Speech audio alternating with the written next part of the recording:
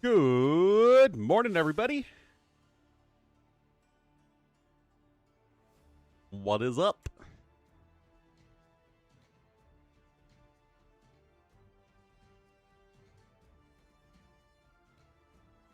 All right, looks like we are drafting.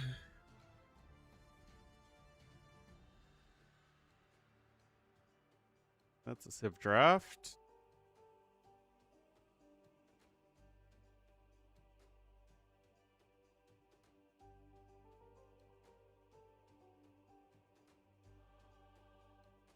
Alrighty.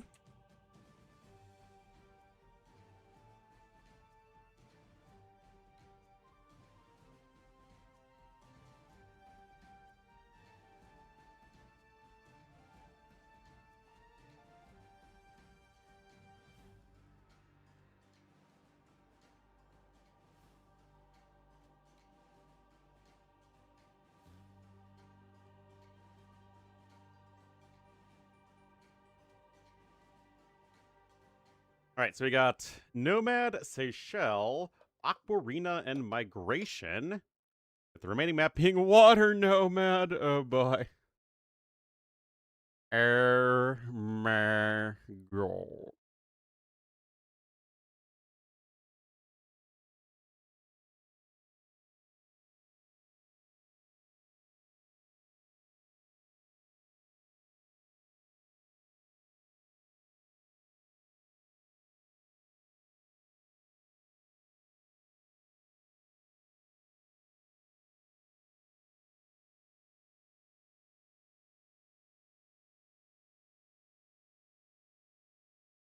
All right, so hopefully they're going to start the Civ draft here in a moment. We will be on our way.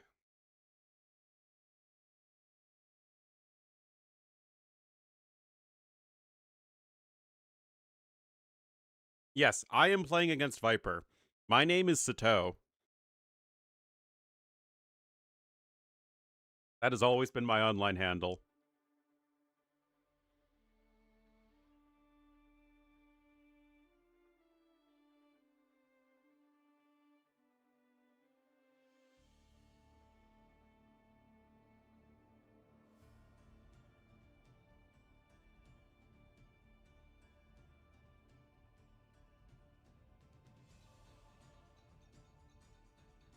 All right, there we go. Off to the races.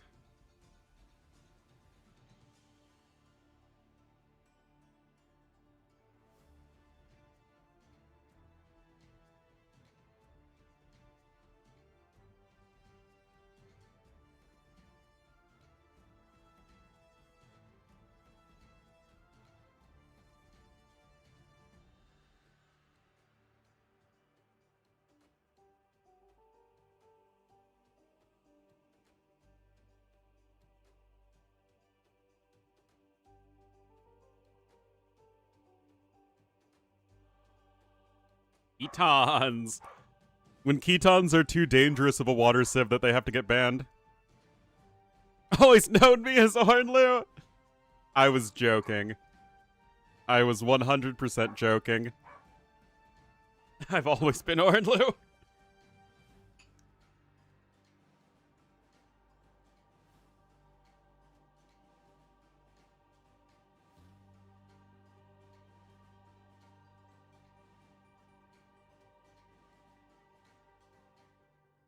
Ugh.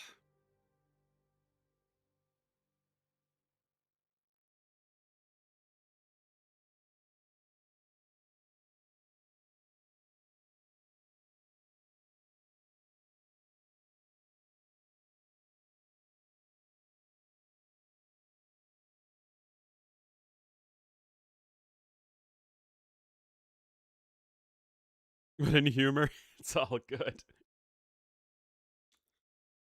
I was just pointing out the fact that why would you think I'm playing against Viper? Well, one, Viper's way better than I am, and two, the scoreboard says TaToH.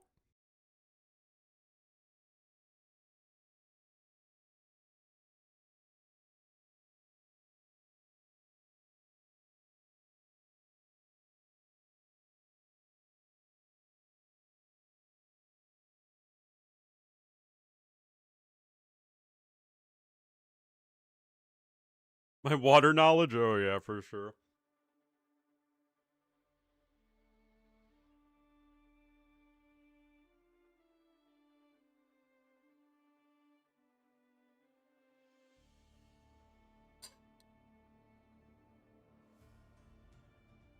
Lewis's stream title says he's getting in shape for KOTD. Does he not play enough Arabia ladder normally?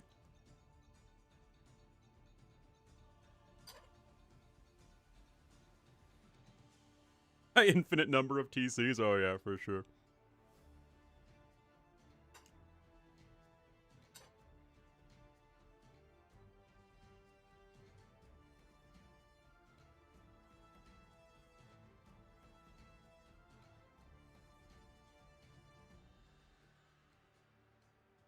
Another way pick. Interesting. I mean, all the other sims make oodles of sense, I say.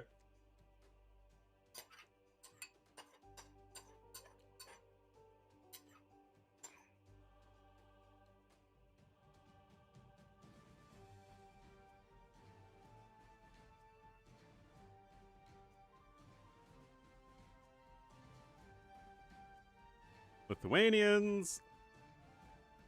Like, okay, yeah, sure, Japanese and Vikings got admin banned. But those were like the only, like, civs you're actually gonna pick. None of these civs you're ever gonna pick.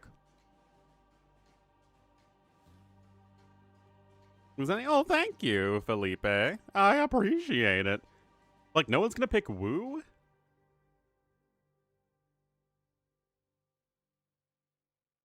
And there's Magyars.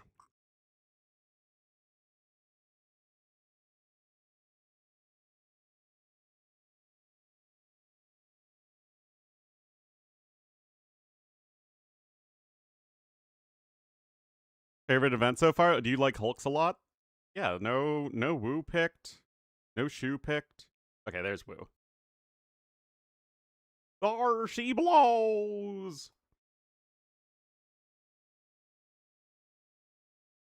Be commentating the match between these two? That is what I'm doing indeed. That is my job. It's my job, and I've been doing it for 8 years almost. I'm so old.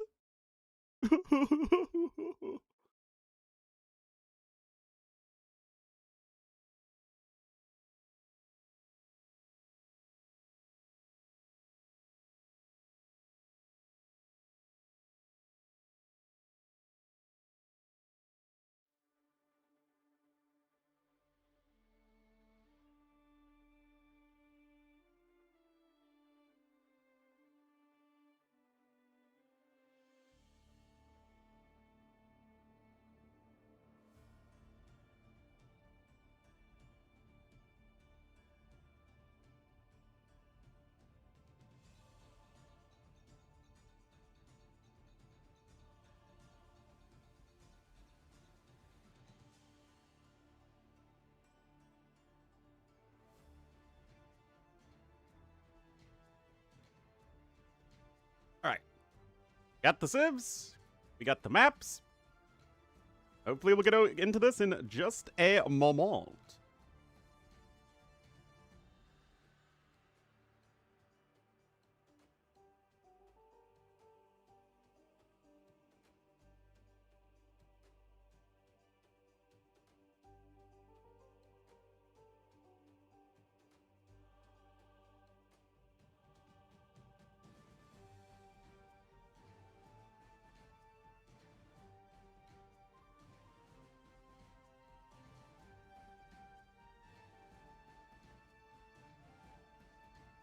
Well, I'm gonna get some coffee. I'll be right back.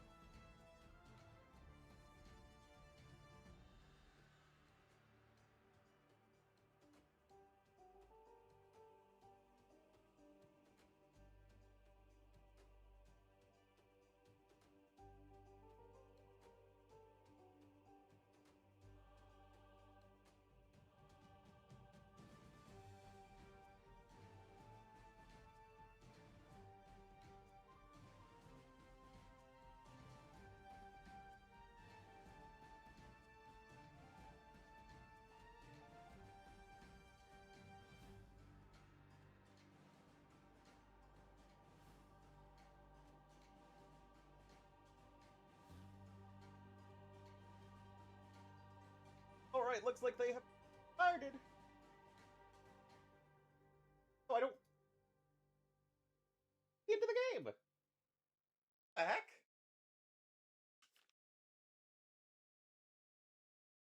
Huh?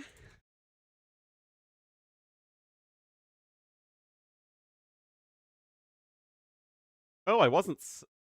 Why was I not signed in? Whatever.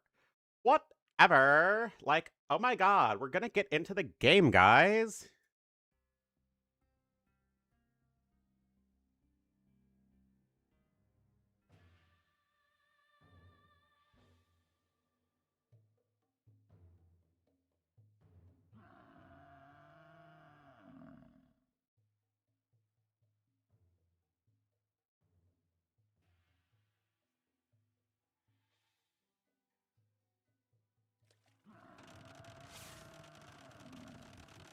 So, like, to the northwest of the map, in the yellow? I love yellow. Will be Viper. He's gonna be the Koreans. I love their skincare products. Like, oh my god. To the northeast, in the blue, is the Dravidians. Please, TaToH. Wow, what an extra civ pick, man. Californlu. Exactly. Channel my inner valley girl. Please stop. You know, I gotta do something to engage the good viewers at home. You know? Anyway, it looks like a very nice dock here from TaToH. Already taking one of the fish completely. Viper is gathering from the box turtles. You can see his second fish is a lot further away, though.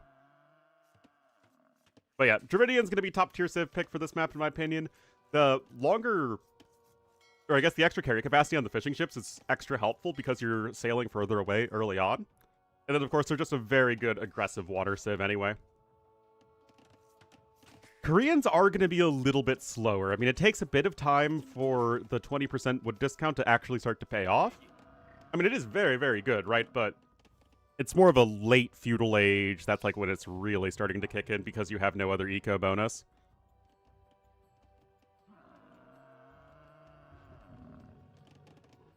Both players are on the way up to feudal age. Viper 6 seconds idle time. We all know what a big noob Viper is. There is dock number 2. And there is dock number 2. Ooh, very nice dock position here as well for TaToH. He is slightly ahead in resources. And he will be getting 200 extra wood. But yeah, this should just be all-out galleys. I maybe start with hulks, but it still feels like galleys are going to be what you want.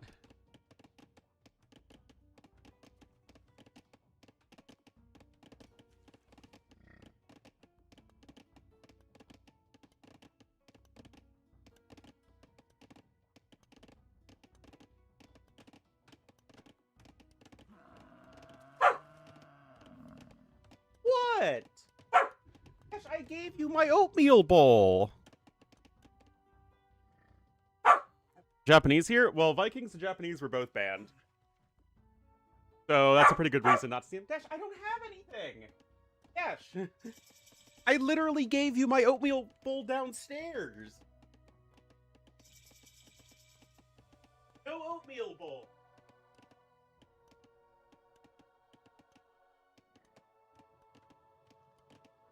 The crestfallen corgi. Yeah, they just played game 4.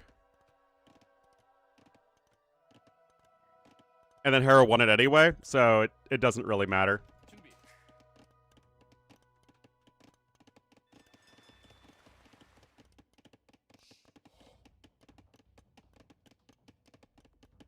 Uh-oh. I have the very strong feeling that a bark is coming in my near future.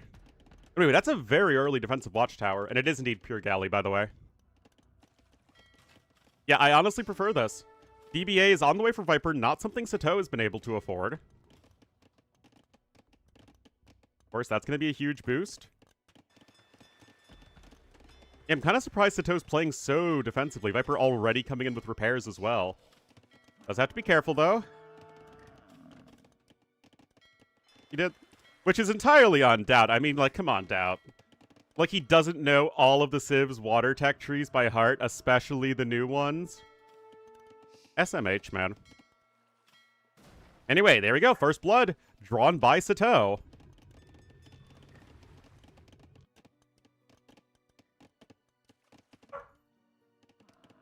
All right, so 6 to 5 ships, 6 fishing ships, which is the number you start with. No one's been able to afford any extra warships. You can see here, though, Stonewall's coming on in.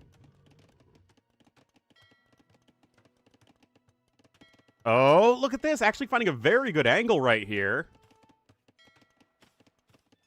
Somehow didn't get it? No idea how that even happened.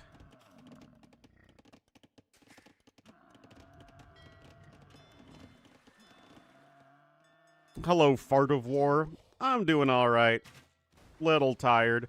I put together a piece of furniture yesterday. It was kind of like, you know, IKEA level stuff. But the company was like, it had the nicest manual ever. It's like, you can do this. Here's what these parts for. Everything was like, all of the hardware, so to say, was labeled numerically. All of the bits and pieces were labeled alphabetically. It was like entirely designed for somebody of my carpentry skills. And it's like, oh, here's a great place to stop and order pizza. One of the tools required was a glass of bubbly or whatever relaxant you prefer. Like, it was funny. It was really funny.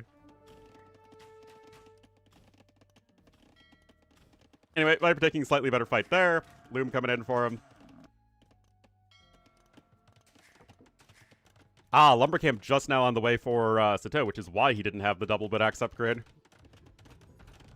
But yeah, so far this tower is doing a whole lot of nothing.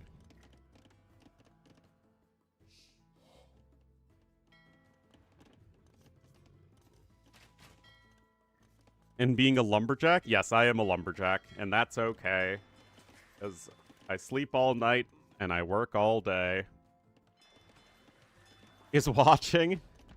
Yes, it is literally the watcher in the water. That is exactly what it is.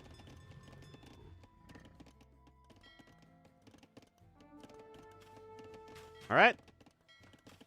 I mean, this is just pure micro here. And macro. But Viper has the numbers advantage at the moment, even if he has a bit more idle TC time. No fletching in versus fletching being in, and oh, that Bill's gonna be biting the dust. And another one bites the dust.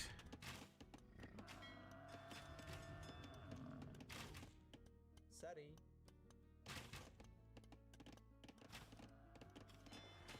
Now the dock is going to be under threat.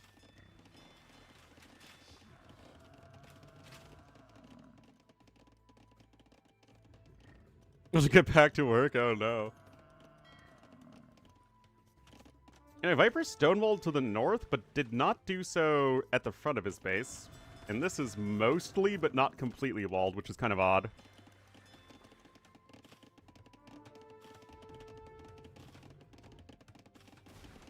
Oh, I don't know about this, guys. Now you're stuck. You are absolutely stuck, but at least you're avoiding some damage. You get 2 more kills there. Doing something? I mean, eventually it did, but it's about the early villager time. Do I like the new water? I don't think the new water is any better or worse than the old water. I just think it's more complicated.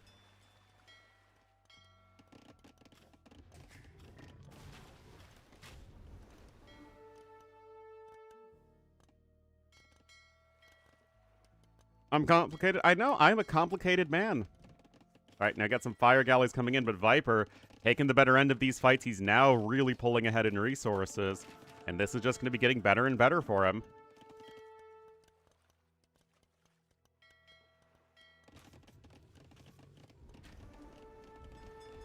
Oh, you have to be careful. Viper even selling a little bit of stone. I mean, he is getting close to Castle Age. I mean, this game is all Viper at the moment. Yep. This could be brutal. Brutal. You can see here in resources, Viper just a little bit ahead. But with the power of the market being down faster and having a more efficient eco and getting housed, Always critical.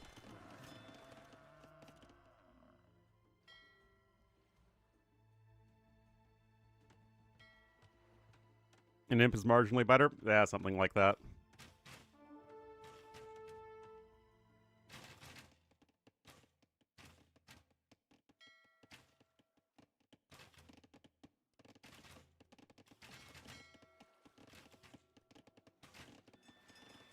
Alright. I mean, Viper should just win this game as soon as he hits Castle Age.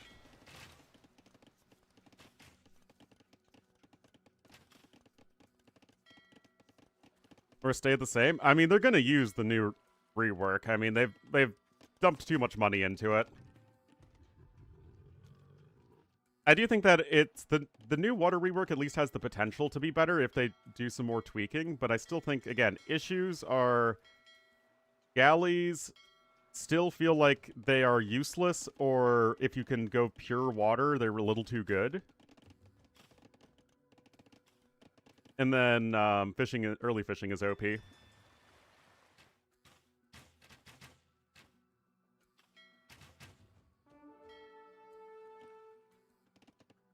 Anyway, Viper's going to have an enormous timing advantage here.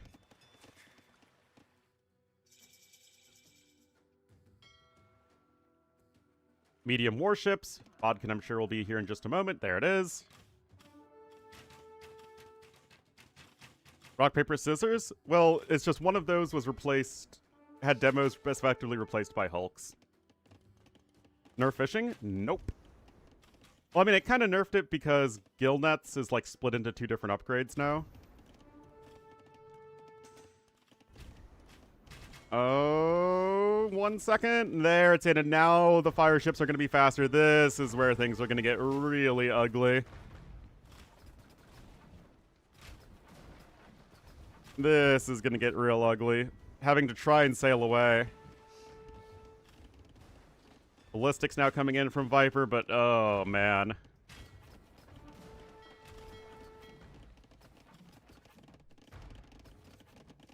Such a bad spot here for poor TaToH.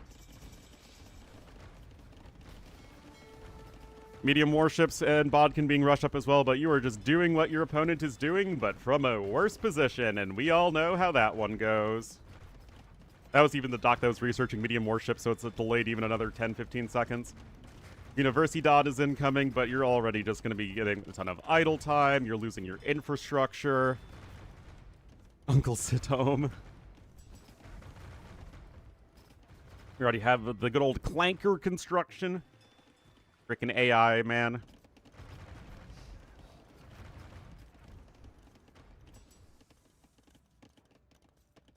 Why is Gull's opponent has mostly fire ships, right?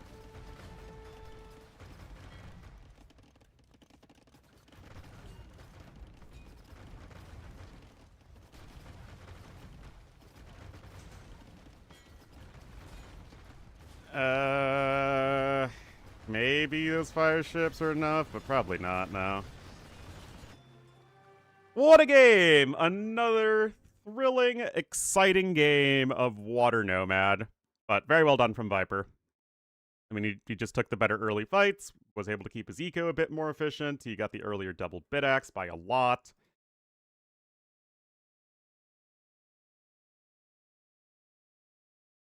Yep. That sure happened.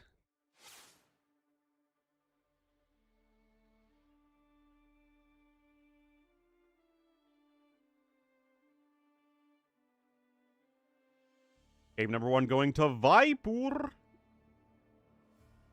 Alright, that was Dravidians losing to the Korean, 2nd and 3rd pick. Nomad is swingy? Well, it's just, you know, a complete rush map. And whoever gets the early win snowballs to victory. Minute 30 and we'll get into game number 2.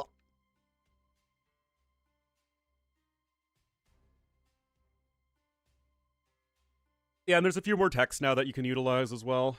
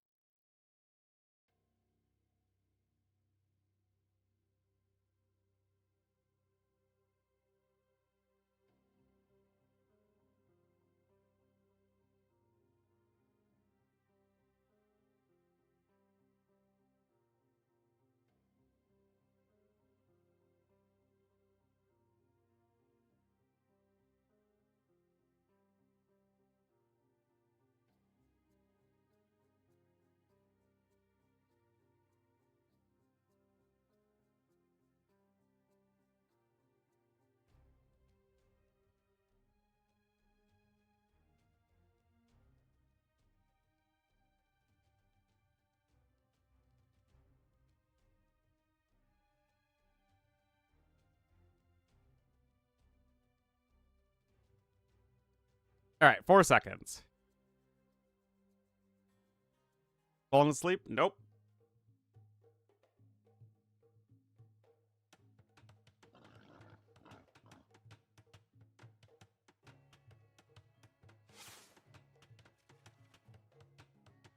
Just chilling on my phone. All right, guys, here we are. Game number 2. We will have TaToH here on Aquarina as the Italians, and Viper gonna be in the yellow as the Malay to the east. Talking to us exactly, and by important people to talk to, I mean browsing Reddit. Exactly. Not being entertained leads to the fall of Rome. I thought the Catalonian fields led to the fall of Rome. I'm pretty sure that's how that works.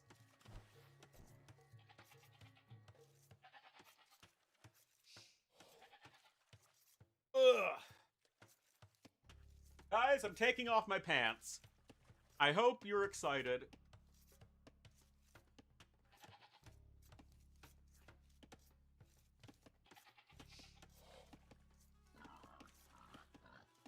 Oh man. This is the sort of content I need to bring viewers in.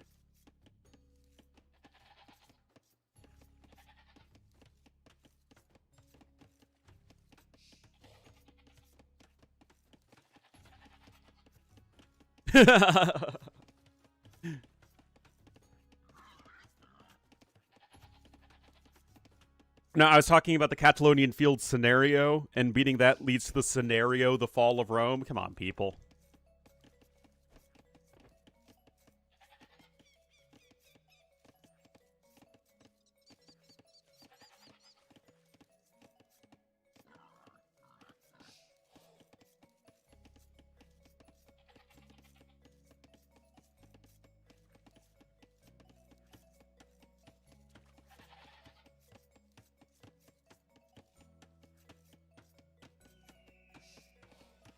All right, so Doc coming in here for TaToH. Viper is going to be doing that right about now, so maybe a slightly better early build from TaToH. Viper did the thing where he only has 5 bills on food. Don't know why it was slightly slower. Even 6 bills on food right there for TaToH. So, nice early start. As far as like who's better between Malay and Italians, I don't know. They're both fine.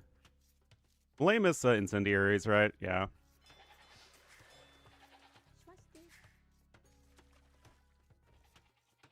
On general, or rather in general, on a more closed map like this, I might favor Malay due to their strong eco.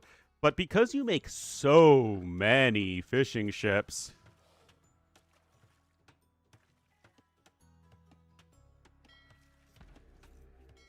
Italians save a lot of wood. Isn't part of the map pool. But I don't like evacuation, man. Evacuation isn't fun at all. Evacuation is like the most tournament map coded tournament map ever. Apa sasananya Baginda? Iya. Apa sasananya Baginda? Swasti. There you go. Apa sasananya Baginda? There was move. Uh-oh. Something naughty, naughty.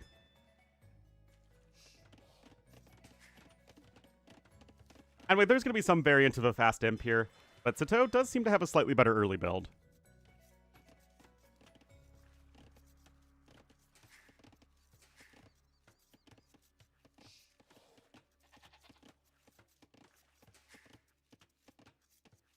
Siap. Swasti.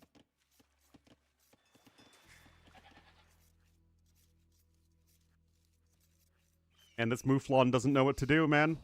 Man! There you go. Another dock coming in here already for blue. So again, it feels like TaToH is a half step ahead of Viper in most regards.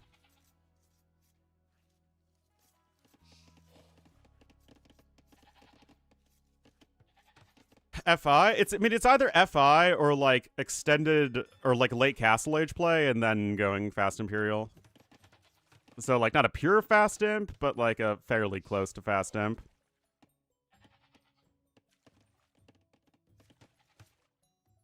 Build, I mean, he's doing basically the same thing as his opponent, but just slightly slower. Ear. He has more vills on food to start off with. You can see he's only on the 1 lumber camp. TaToH's already on the 2 with 21 vills on wood because he's just going to go for, like, 20, 25 fishing ships.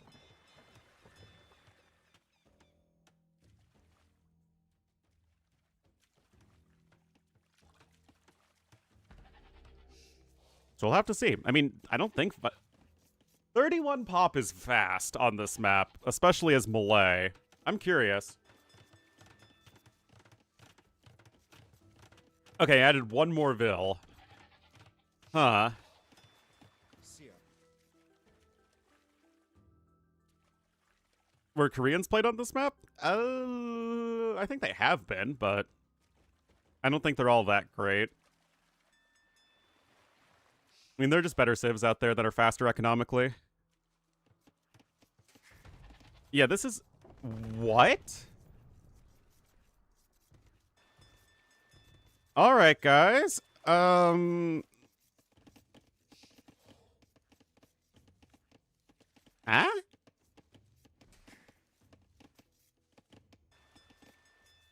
Someone want to explain this to me, guys?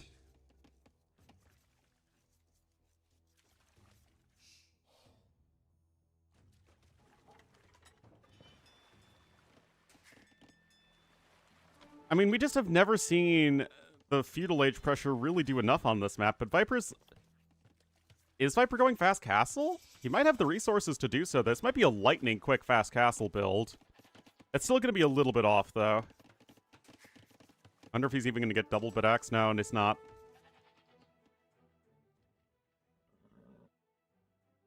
Nice job finding his opponent's scout, though. He should be able to get that.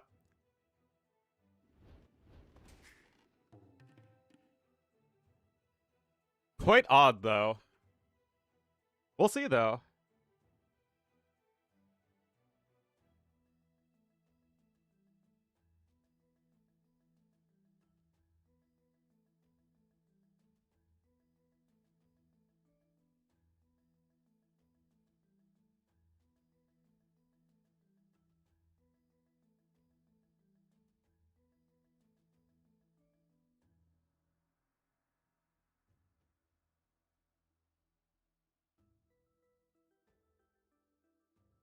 Yes.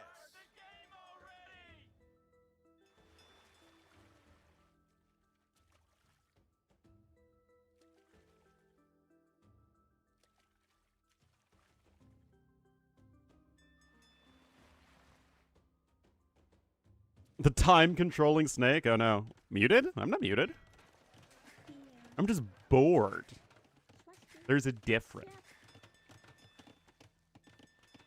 Siap. Alright, Viper's on his way up. Only 5 seconds idle time. He did have to make a third Vil, but not really the end of the world. I mean, he's going to get there very quick. Have to remove the pants again. You know, so, guys, sometimes you just have to remove your pants.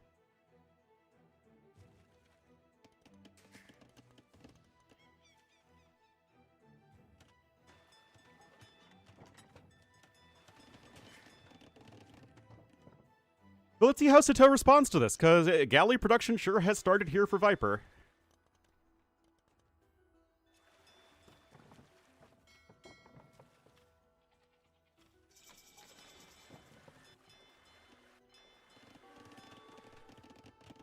Whoa, that is a lot of Vils rushing up those buildings, huh?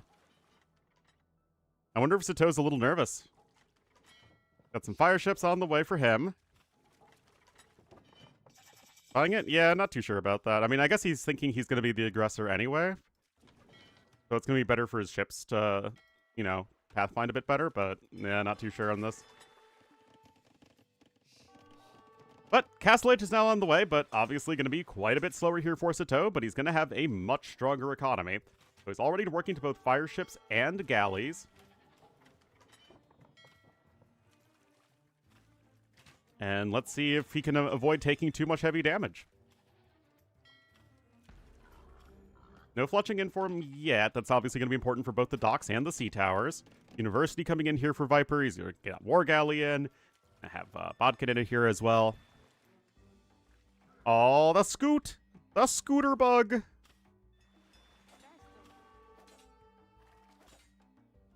No way, the scout.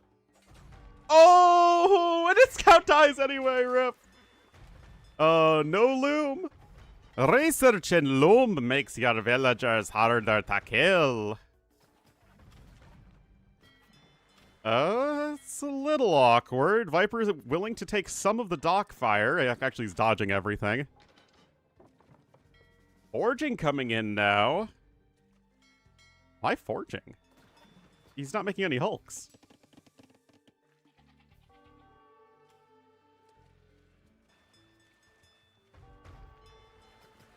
But he's not making hulks, is the thing, Makini. So that's confusing. Ballistics coming in for Viper here as well. But he is far behind in resources.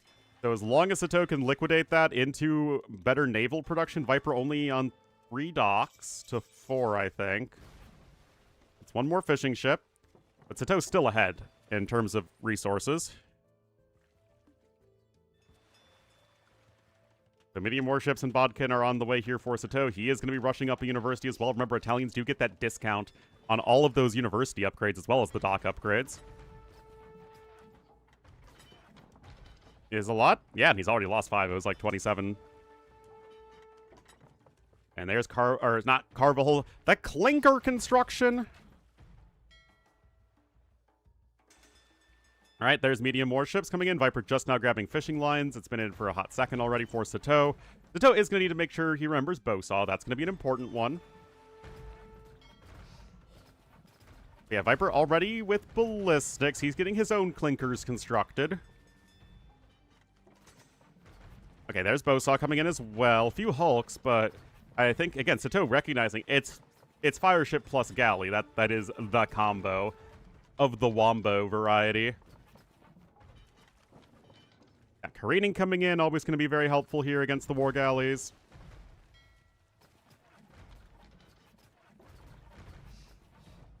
Again, we just have to favor the production here from TaToH with having 1,400 more resources. He's even picking up gill nets. He's getting so many things discounted, right? You got all the fishing ships discounted. You got so many of these important techs discounted as well, including the age up. So he's saved a lot of resources here. That said, Viper is taking a good fight. Siphons coming in.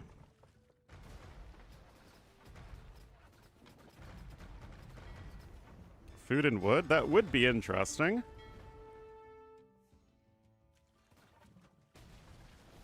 I mean, it's still only a small population. Like, Viper has fundamentally had better micro so far. No ballistics, remember, versus ballistics. Okay, now it's on the way, but you have so many upgrades to research as TaToH. I just wait for the double university meta, man. Because you have so many freaking upgrades to research. Careening is in. Alright, there's the siphony attack. Hulks are on the way, but they do get picked off very easily by those warg alleys. And now TaToH, I think, is going to start to push this one back. He's got the better upgrades. Of course, the sea towers help a lot in defending.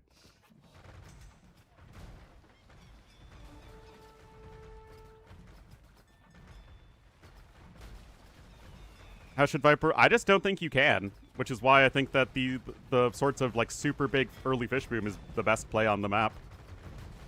That said, he's taking better fights, like much better fights. Like, look at that KD difference. A demo.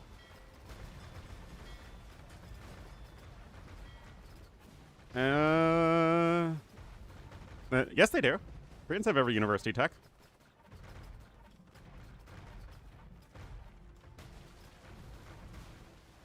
I mean, this feels like it could be way worse here for Viper than it is.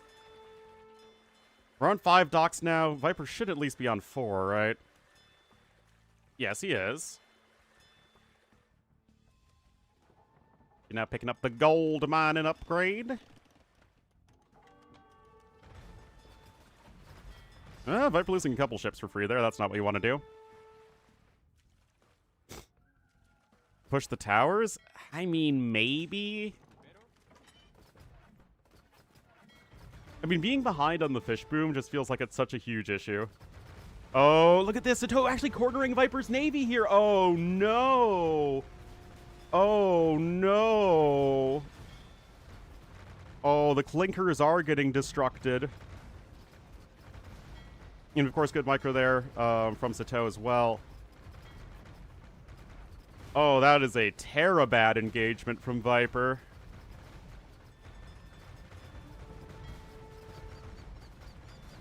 Oh, dearie me. Mercy May. Goodness gracious. No GG, Viper toxic confirmed. Oh my goodness. He totally didn't type GG after he resigned, guys. Viper actually typed in BG. And he said Civ win. Yeah, just look at this eco difference.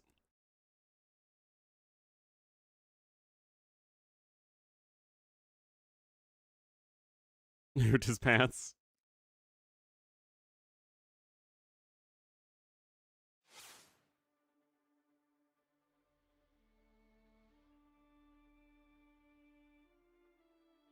Insult. Well, he did say that TaToH's mother was a hamster and that his father smelt of elderberries. Anyway, that was TaToH's #1 home map. That was his #1 Civ pick. Obviously, a game you expect to win. All right, Seychelles is going to be next.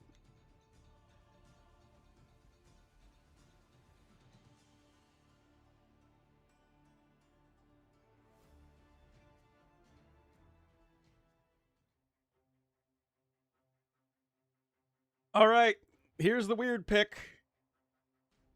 In a couple minutes, we'll get into this.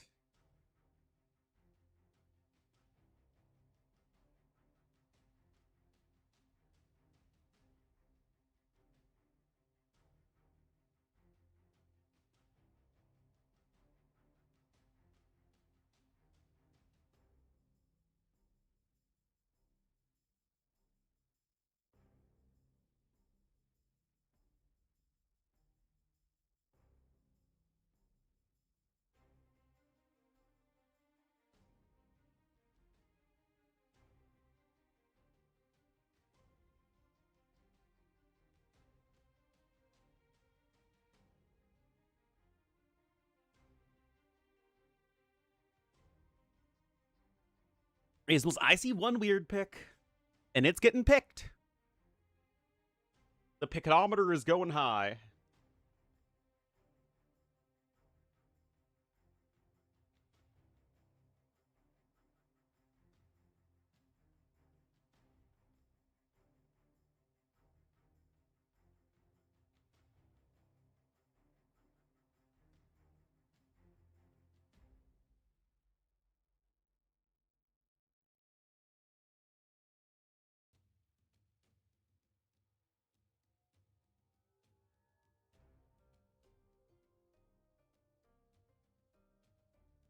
Is the weird pick or is the caster? Who knows? Who knows?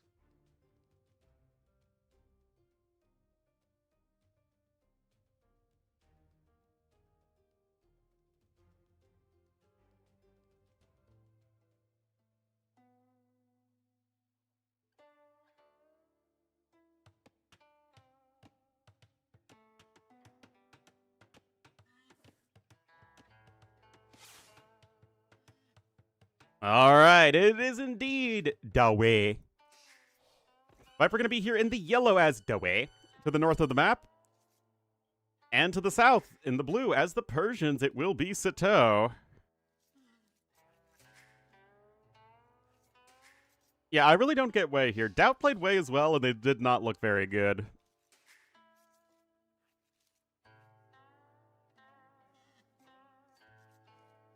So we will have to see. I mean, like, again, like, they have a solid eco. Why not Persians? What does he have for migration, then? Still have Bengalis who are fantastic on migration, or you could go roll the dice and play Magyars to try and rush up with the like free iron casting. Kind of like a mini Ketons.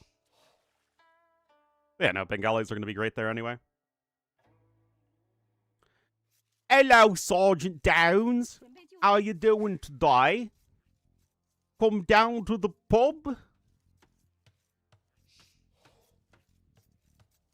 I like to insult my British viewers at every possible turn. 准备就绪。何种命令？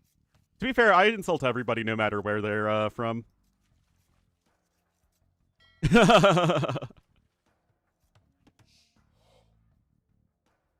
Oi, right, we got a right Cockney accent here. It's so bad. Must have off a rotor. Oh no. Hatred to the crimes keep growing. Oh yeah. Wait, get doc tech bills? They do, but I don't think you're better than Persians.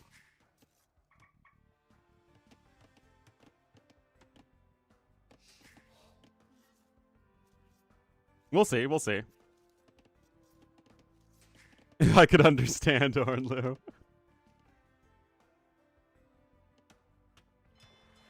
Alright.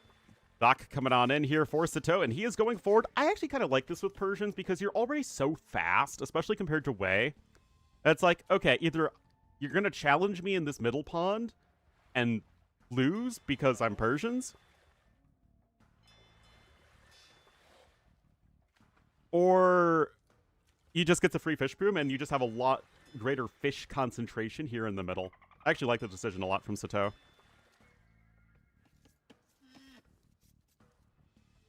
Something about Britain more than any foreigner? Yeah, same thing with Americans in America.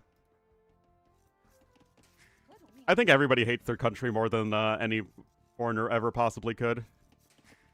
什么？ The Three Kingdoms campaigns are like, 喂？ eh. 什么？ There's a couple good scenarios in there, but it still struggles with lack of civ diversity. The reused fifth scenario is not that great. آری سلام آماده آری سلام آماده سلام Yeah, آماده. it's definitely weaker than the other campaigns. آری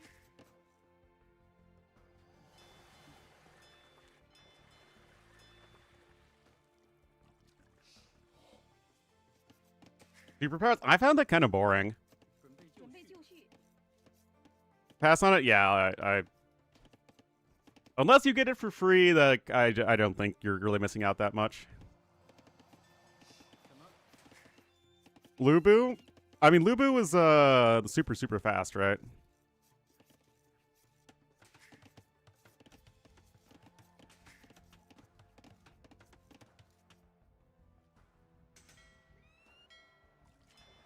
Anyway, Viper is here on the outside with his own dock and fishing ships, of course. TaToH already a couple villagers ahead, though. Both players have Loom. It's interesting that both got Loom before clicking up, but I guess they are a little far away from the TC. There's a barracks on the way for TaToH. Viper does click up first, though. Well, I mean, just by hair, TaToH is going to get there ever so slightly sooner. Let's see what Viper's plan is here. Again, I'm kind of interested because this is a map that, I mean, I guess you can run around with your cavalry and stuff, but you think that it's going to be controlled by the navies over the course of the game. And I mean, I guess Persians don't have the best late-game navy. You do miss Bracer, of course, for your galleons, but you have everything else except Shipwright, but you kind of get Shipwright for free. You get half of Shipwright for free. If Persians and Vikings just combined their bonuses, they'd get, or I guess Persians and Koreans combine their bonuses, you get Shipwright.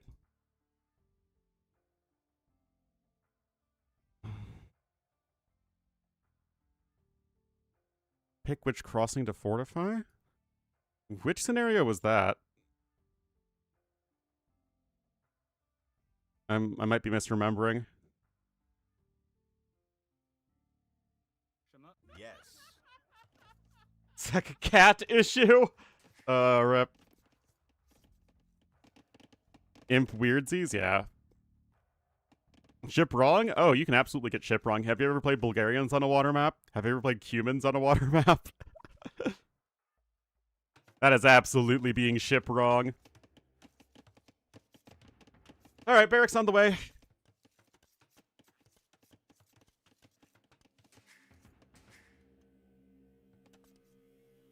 Oh, the Crocodopolus! Oh, yeah, I forgot about the charge attack. I mean, those militia are taking... they took a fair bit of damage there. You know, Viper has about all the forewarning he could ever ask for. He's immediately going to go with an archery range. Double bit axe immediately queued up. Same here, though, for TaToH. Still a couple vills ahead. Lots of Fisky Mothers.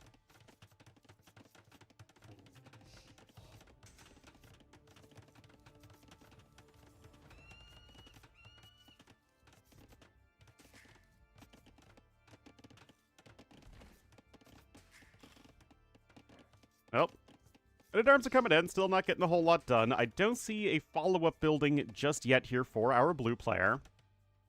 At the very least, it's not like either can really pressure the other on the water. And there's docked on different areas.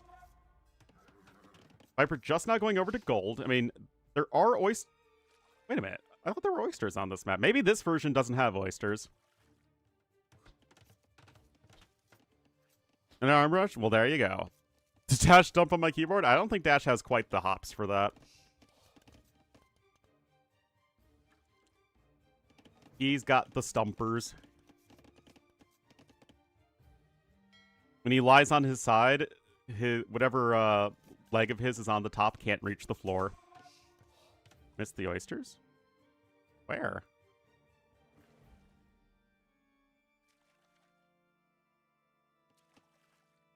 Oh, they're just on the shoreline.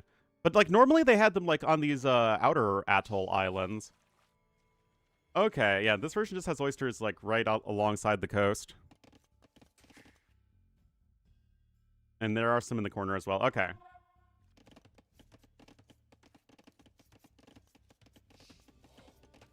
Ding 200 elo? Well, I mean, that'd check out.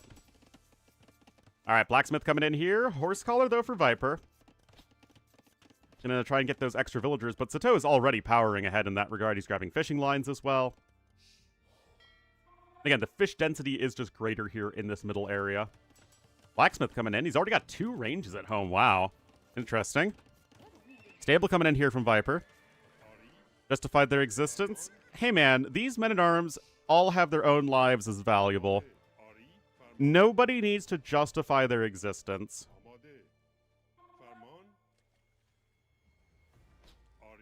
Exactly. The IRS, oh no. It's amazing how the IRS is able to hunt down people who aren't super rich. And be like, oh, there's a $2,000 discrepancy on your taxes when you're making $43,000 a year. And then it's not like you have these, like, giga billionaires who are, like, skimping out on millions and millions and millions of taxes. And they're like, we just don't have the resources, man.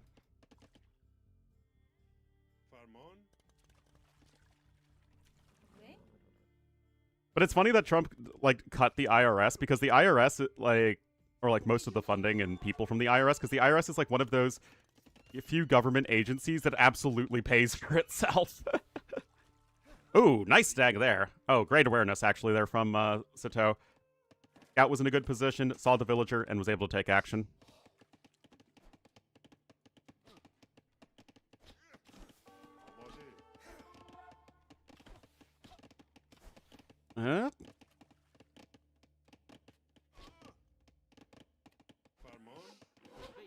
Well, Viper is able to escape with most of his villagers there. But this still feels pretty good for TaToH. Bank records? I mean, I think that there is a reasonable concern that it's an invasion of privacy for the government just to have open access to your bank records.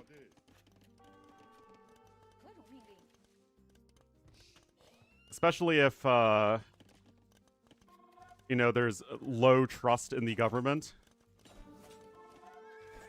I mean, but if that was an opt-in program, I'd absolutely do it. I'm poor. I don't care if anyone sees I'm poor. Anyway, archers are going to get cleaned up, but that's a heavy, heavy investment here from Viper, guys. Bloodlines and a +1 defense. Oh, TaToH's actually here with reinforcements. Remember, he's on 2 ranges. We don't really see 2 ranges early on these days.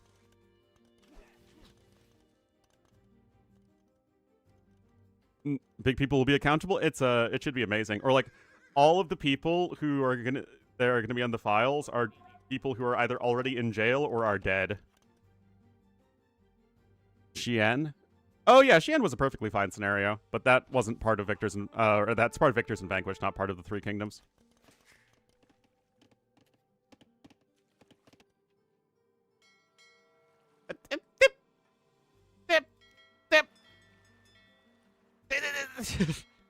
Attack! We have another dock coming out here at the back. We already have TaToH on his way up. He's ahead by almost 1,000 resources, and I'm sorry, guys. I just don't see the way pick here at all.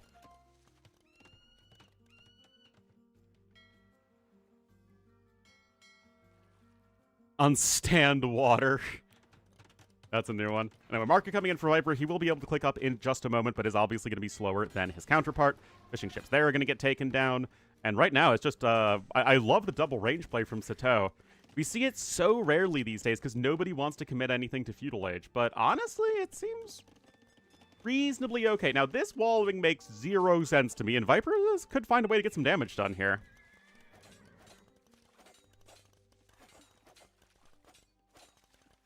Lack of commitment? I know, man.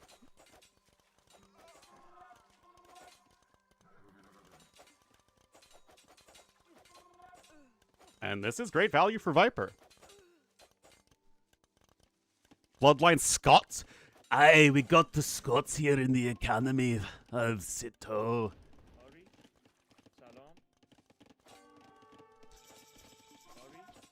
These lads here with their Scotch are right here in the economy. See, I offended the Brit, or I guess the English, and now I can offend the Scots too. We really are equal opportunity on this stream. Oh, this could be another nice fight for Viper before the upgrades are in.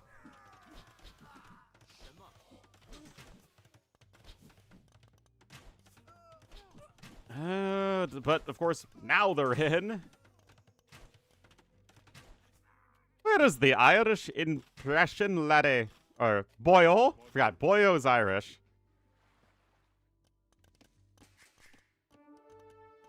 You thinking that we're gonna go down to the pub with ya? I'm Langarus of the whatever the heck they are.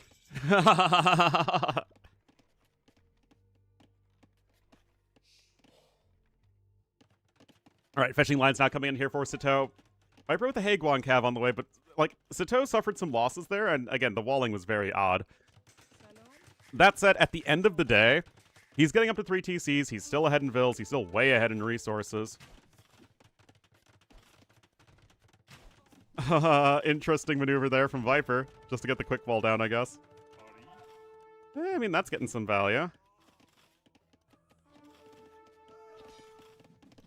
Got some knights showing up here, but Viper is defending for now.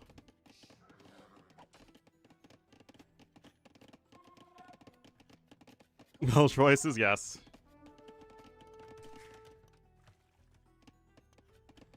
I mean, Viper's taking the best fights he possibly can, and even so, he's still getting a lot of his economy idled. He has 0 fishing ships to 11. And a random Hulk over here. Yeah, right now it feels like TaToH's just cruising. Viper does have better eco upgrades, but that does not really feel sufficient at this point. The washed version? Yeah, Viper went to the dry cleaners, guys. He's washed.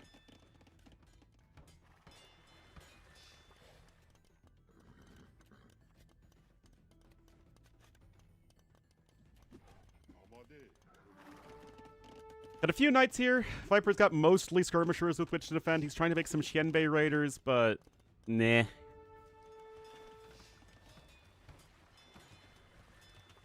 On a water map? Well, I mean, I don't think washing in salt water is very good for you.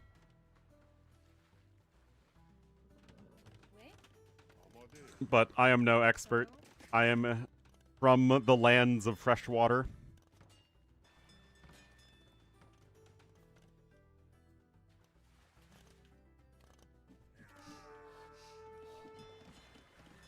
So I'm a procaster, exactly.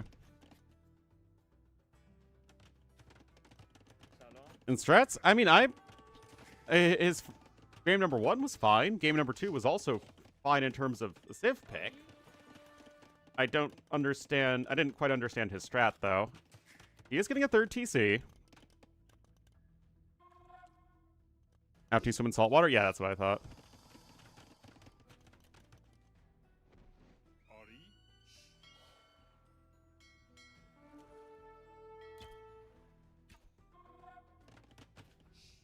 Well, I'm just like bouncing around trying to find some angle in which Viper is going to be getting an advantage, and I don't see anything right now.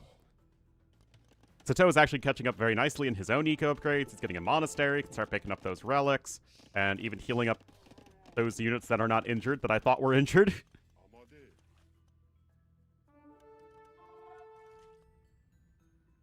Viper does have a Hulk here on the outside, so yeah, he never did lose that dock completely, so maybe he can find some value over here. Better CA Civ, I guess, but I mean, at this point, you can just power through with freaking Paladins, or Savar. Savar, not Paladin, Ornlu.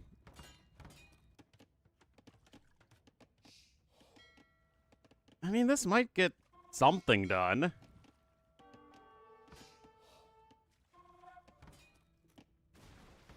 It's gonna get a little value, just a little bit of value. TaToH might need to go ahead and pick up medium warships, I think, just to make sure he can very comfortably win water. I mean, he still has 16 fishing ships. That is a not insignificant portion of his villager lead at the moment.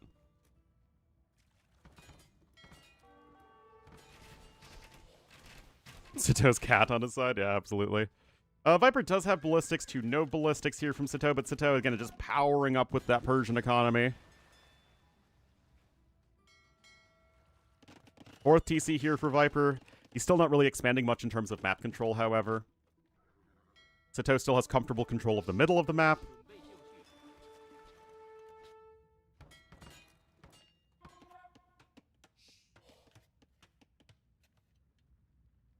And no stream delay can save him. I hope Viper has his proper stream delay on.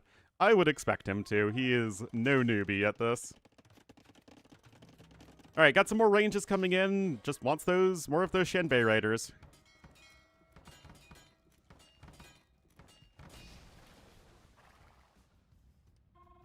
Ballistics now coming in here from TaToH. He's just kind of going archers with like a combination of half knights, half camels. Regardless, this is still a very scary army. Both players have a single relic at the moment. Most of the relics on this map are on the outside. I think there are 6 in total. It's not streaming. That'll do it. But that'll make Debbie happy. I don't think Debbie likes the fact that Viper participates in all of these tournaments. Yeah, I don't really understand why we're picking Wei here.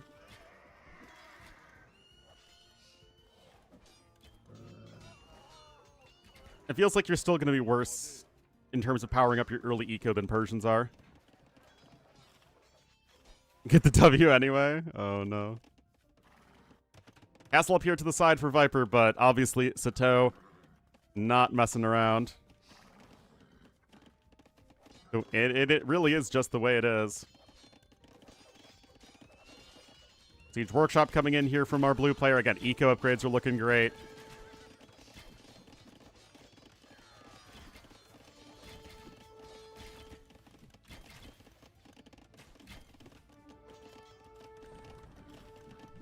I mean, no way a Viper ever holds this, right? We can have more losses incoming here in a moment. I mean, Viper's doing a great job of utilizing his defender's advantage, don't get me wrong.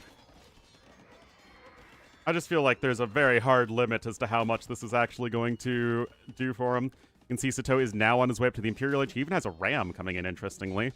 And if we start seeing some forward stables, I would not complain at all. Third love mate.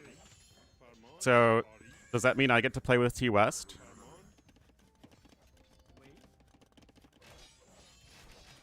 I think that would be fair, right?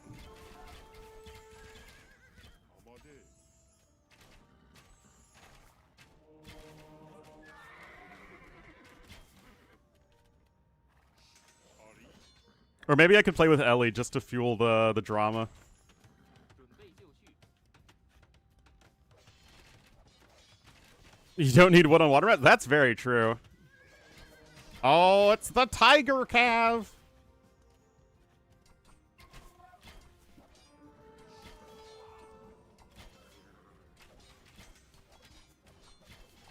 I mean, these knights are pretty darn strong.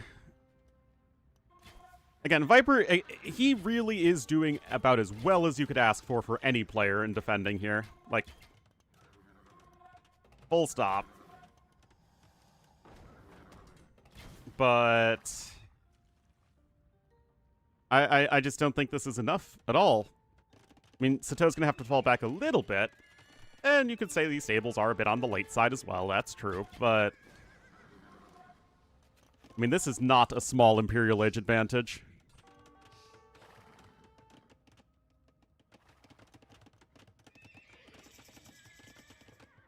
Punchin.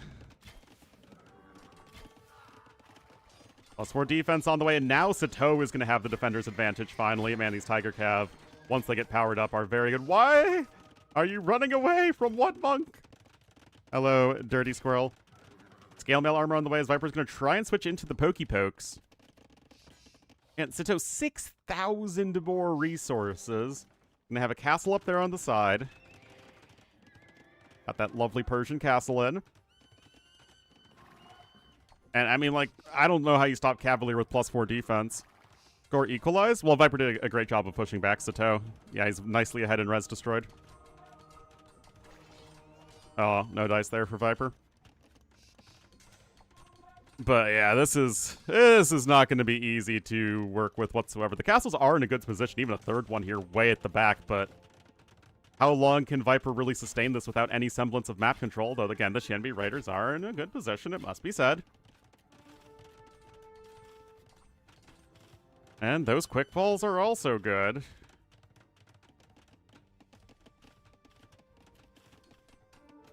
The savory.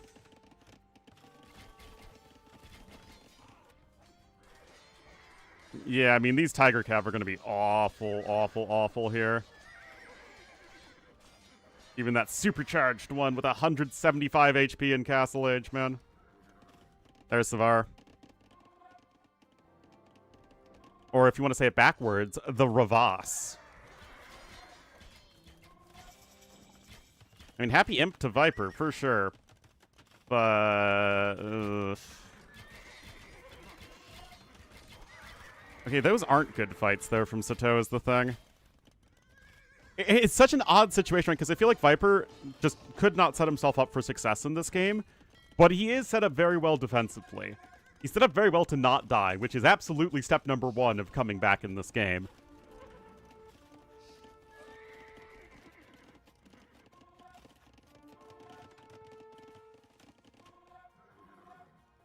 Still got more troops incoming. Viper cannot raid over here to the west because of the castle. And he's got some Lochuans on their way as well. So we will likely need to see TaToH have some sort of semblance here on the water.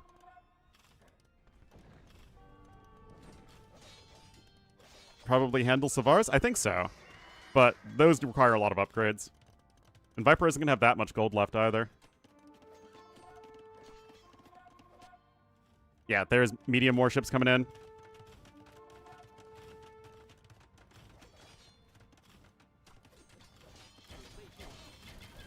No how.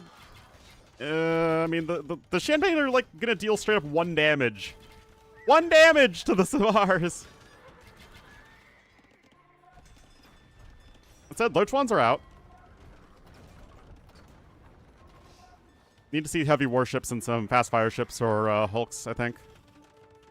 Dinging? Oh, we're ring-a-ling-dinging. It's the holiday spirit, Giuseppe. Come on, man.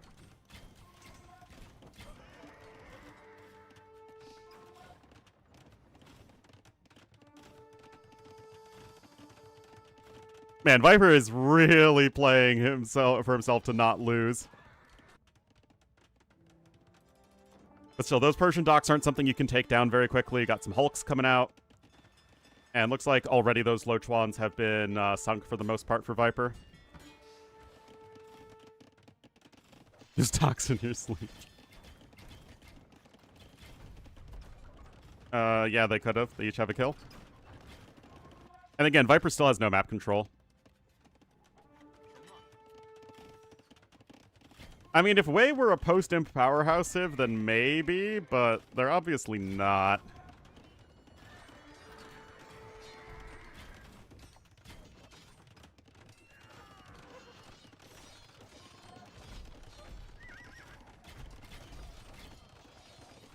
Yeah, I mean, Viper is taking extremely good fights all game long with his defender's advantage.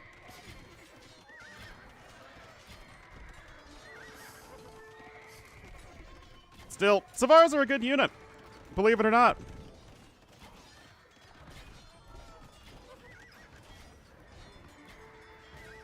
And the Loach ones are very good against the Hulks if they can get the shots off on them.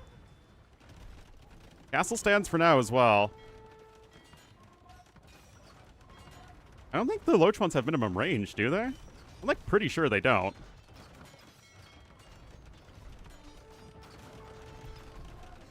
Castle already taking 8,000 damage. Chemistry coming in for TaToH as well. There's heavy warships for Viper. But already a lot of Trebs have fallen. And like, and Viper's just barely hanging on by a thread. He still has no map control. And yet he's not dead. He's not dead. He's not dead. Here's heavy warships for TaToH. Some hand cannons are going to be on the way, but it's not like TaToH himself is going to have all the gold in the world to play with. He does have control of these sides, though, which give him the oysters, which helps out a lot, of course. Yeah, I mean, Viper's going to be out of stone. Basically going to be out of gold in a moment. Got, like... Wait, where is there more? I guess there's some over there. Trebs have retreated. Now the Trebs of the traction variety are coming forward. Viper does have his fast fire ships. No citadels in, or actually no defense upgrades at all in for TaToH. Viper's max pop and TaToH isn't.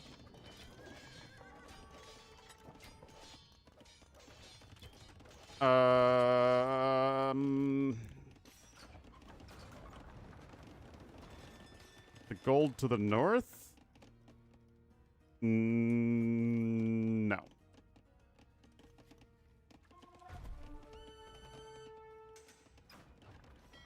Anyway, Carracks are in.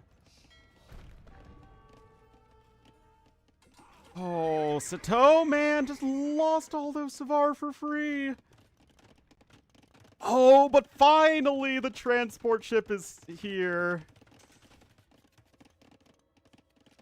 Finally. Hammond Duran is on the way, too.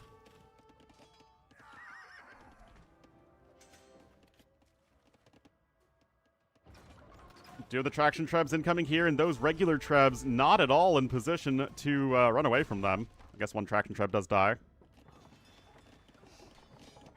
And now Viper should be losing vills at an alarming rate, even though Mingwang armor is going to be in, and it's going to be nice, but he doesn't have any cav left. All he has are halbs that are going to miss the last armor upgrade versus Kamandaran.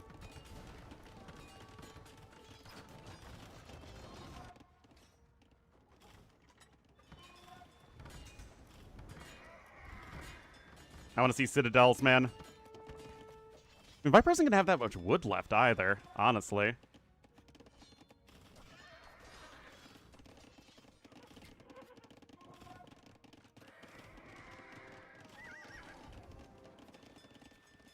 Still, the Savar numbers are plummeting closer and closer to 0.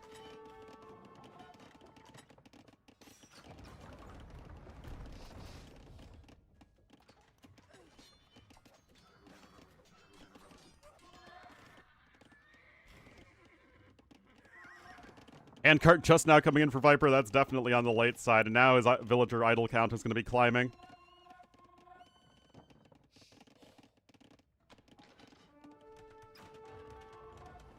More relevant archer upgrades for the trash bows. You're still going to need to have like some docks here on the outside.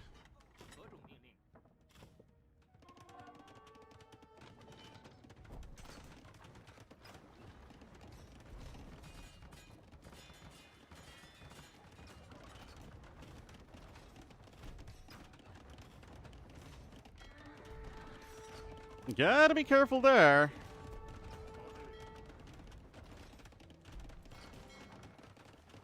Card tower for Viper, what? Oh my goodness, guys. The game is still going, but Viper, like, has never felt like he's ever been in a winning position.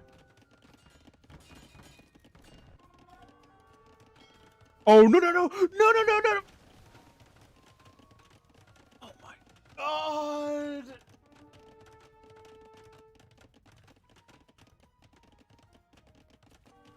Oh my god. Yeah, I know it was Kamandar and Crossbow, but still!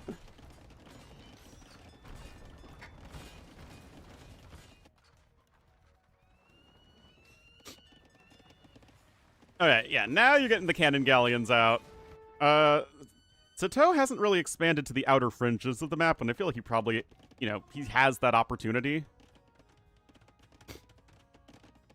A heated shot? I'm, like, pretty sure they don't. I lied. They do.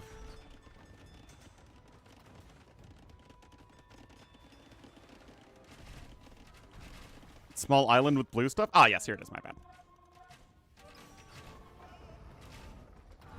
Anyway, there still isn't anything that kills the Kamandar and crossbowmen on the field. There's 3 elite skirmishers. I know, I know. It's amazing how I actually have a terrible memory of the 3 Kingdom Civs tech trees. Like, there is something about me genuinely not liking the Civs that makes me not remember their tech tree. I don't know what that is, like, psychologically, but that's definitely a thing.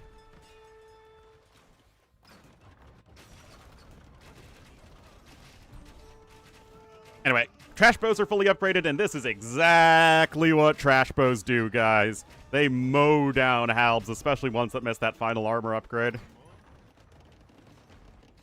Just a hater? Yep. Can't argue with that. Oh, we got cannons on both land and sea. I mean, it's crazy. Viper has the score lead. He has been playing remarkably well from being in a losing position. But remember, that defender's advantage is really big on this map because you have to push uphill. And you have very limited angles in which you can attack. I mean, that's great for Viper, obviously. Need to have some docks and some fast fire ships on the outside, I think. Cannon Darren. Also, is camping with traction trebs like the most annoying thing in all of AoE 2 right now? 24 kills on him right now.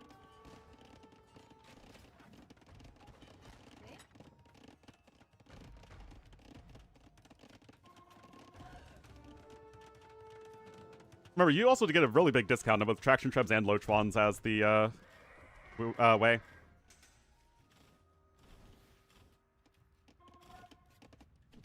I want to see citadels, man.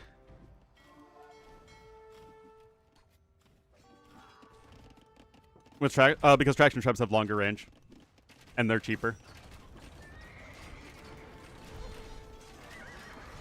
And traction trebs don't have 100% accuracy. Their accuracy is actually, I think, only 30. Yeah, it's only 30. So they actually do better as, like, an area of effect type thing. Whereas the bombard cans will all hit the exact same location. I actually think it would be a nerf to traction trebs to give them 100% accuracy.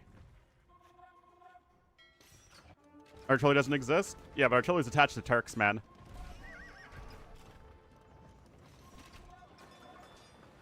Anyway, more raids happening over here.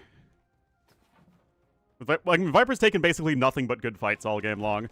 And now this castle is under extremely heavy fire.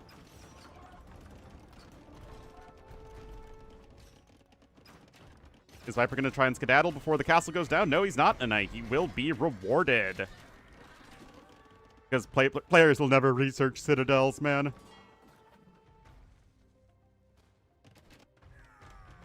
Viper also trying to retake the water.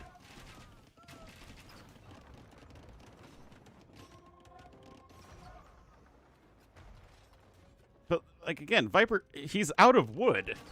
That isn't, you know, literally being attacked by enemy units. You know what I mean?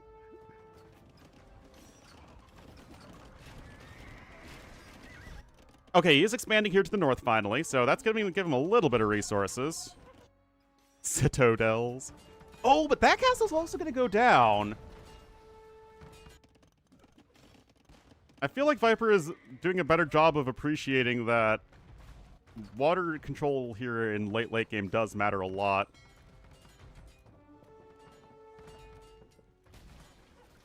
I mean, Viper's losing population, but TaToH is indeed losing these positions. Now we got the Persian guard towers in with heated shot, oh boy. Two-man saw just now incoming. Obviously, that probably could have come in a long time ago. Same for Viper. Actually, wait, don't have two-man saw. But both players need crop rotation, and TaToH's getting crop rotation, baby. I don't know why TaToH isn't making fast fire ships. I mean, his castle's taken already so much punishment.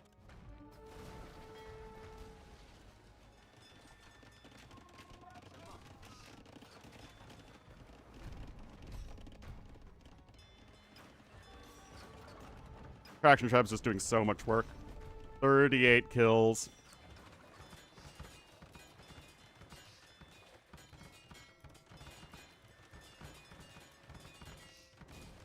ECG in, guilds coming in. I mean, TaToH is realizing that, okay, I can't kill Viper in the right now, so let's just make sure I don't lose the game.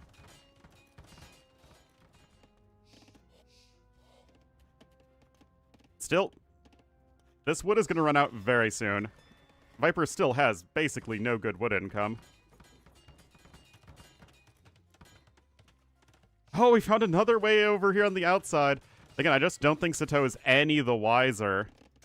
And I just feel like it's, you know, he needs to be paying better attention here to the outside.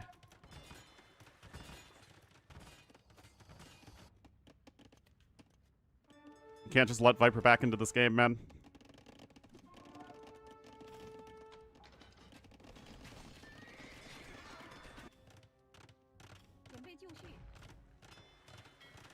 Cannon Galleon's slowly go to work.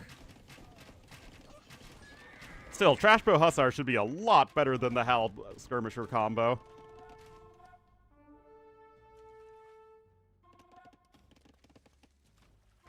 Alright. Is he gonna see? Okay, he sees the villagers over there now. Or at least has vision of it.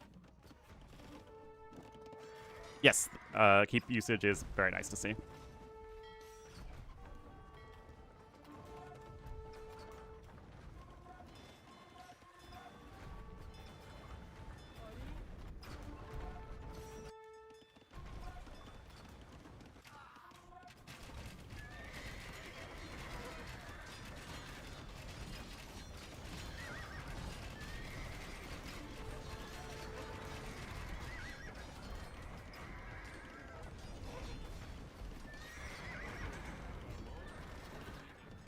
Well, we got the clinkers, guys!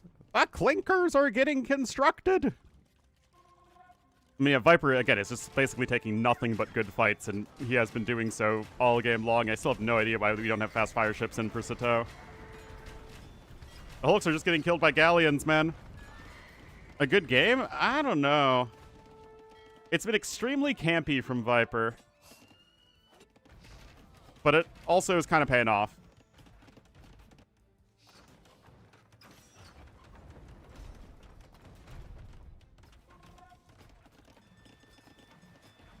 Like, TaToH is never completely ridding Viper of the map control he desperately needs, and Viper is just, like, taking all of these positions just when he needs to.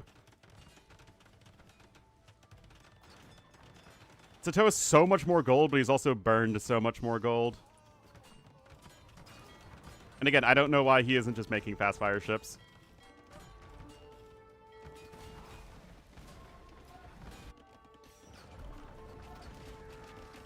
Like, right now, he's only, like, focusing on land units. These don't matter. At all, in fact. Wood situation? Actually, he still has some in his base. On top of anything on the outside.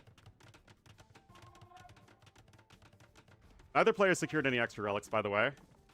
And Viper's quick walls, of course, have been basically flawless.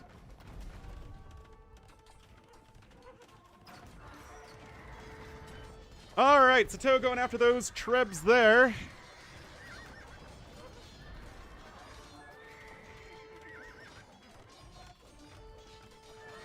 Oh my god, how is that traction trap still alive?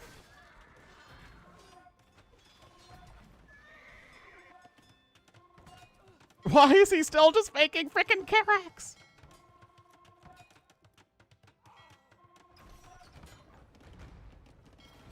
I mean, how many? Look, Viper has 3 Lochwans. You have no siege units right now at all as TaToH.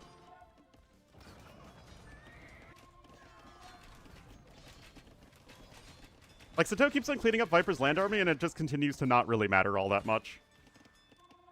And Viper can just keep on going around here to the outside. I guess there's just not that much wood left at all. How much wood left on the map overall? Yeah, there's only 38,000 wood left.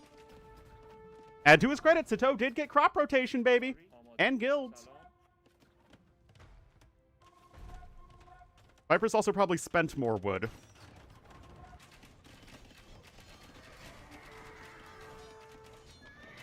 And TaToH gonna get some value here.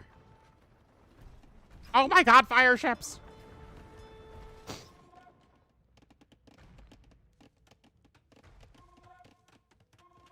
A lot of wood? That is true, but he's also not spending any wood on the Hussars, so I think it kind of balances out.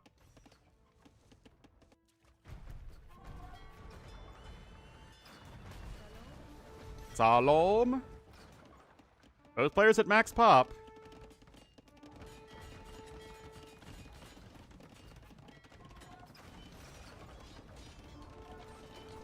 Yeah, you could absolutely afford to switch over it. Look, Viper has so much stone, man. Viper's really just doing a better job playing these outside islands. So where are the fast fire ships? I don't know where they are.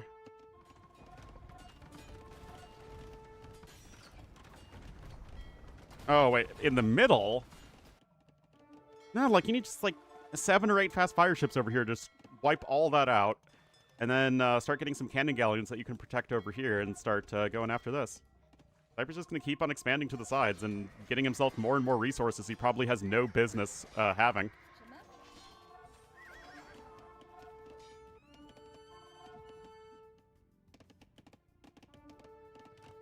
Alright, TaToH is on the outside over here.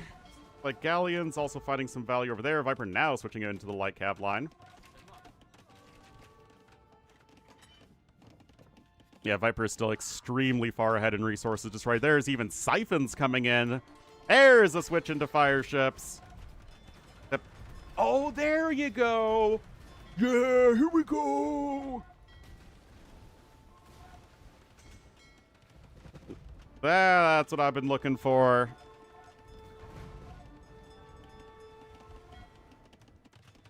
Castle up to the west from Viper, but it secures... I mean, it secures a little bit of wood, but not like that much wood.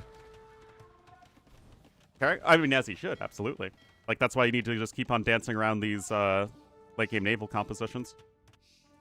Looks Viper's still securing more territory to the west. And it really feels like TaToH is spending just a little too much population on these land units that don't really do all that much. Like, look at all these land units that are not very effective.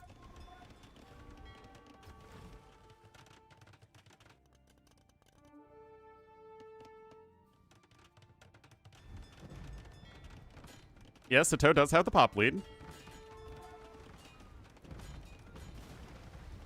And Loach 1 there does go down. Viper is only at 2 of them. No traction trebs. There's 1 ECG on this side. Oh my god, if this goes down for free, man.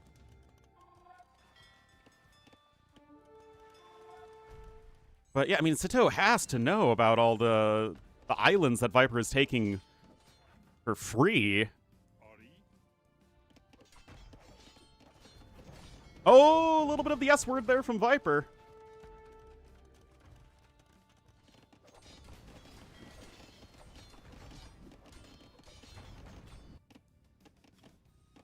Another big old round of Hussar raids. Again, Viper still never got crop rotation. Yeah, I might need to see some more cannon galleons. Look at this tower, man! This looks like a freaking campaign, and that archer is literally on the water.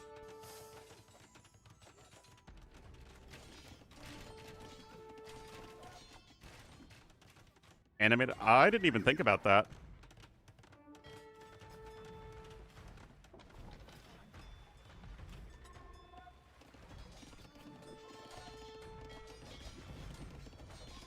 Yeah, fire ship getting some value over here.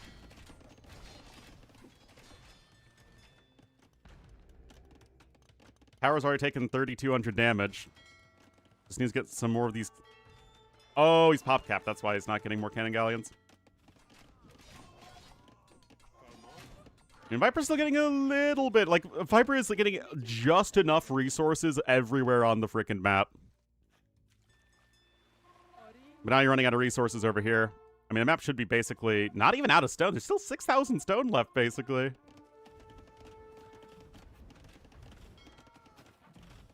Oh, don't get your freaking cannon galleon sniped, dude. I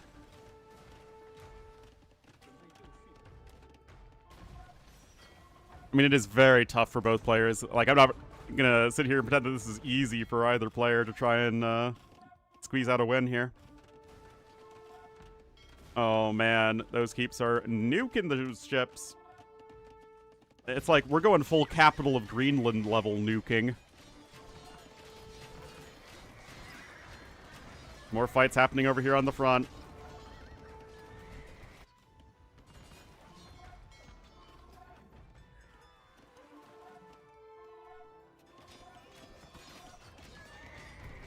Try to get some more guard towers. A Karak is on the way.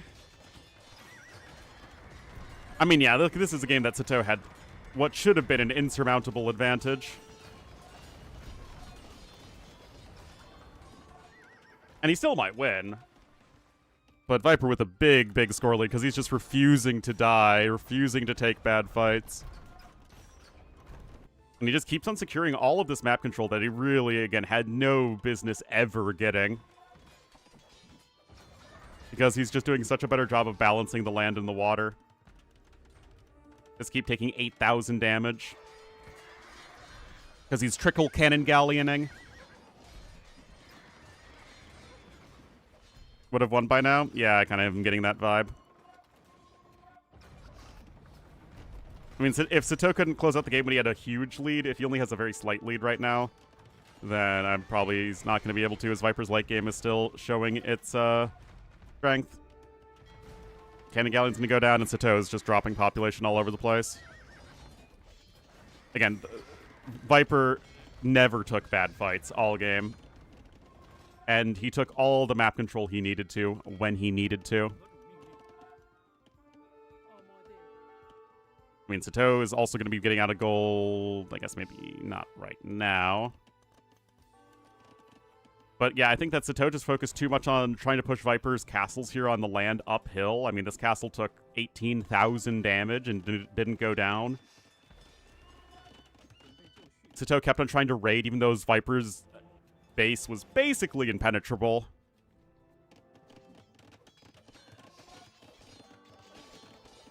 Blame the cat. Yeah, that's fair. Also, I mean, it would just be game number 2.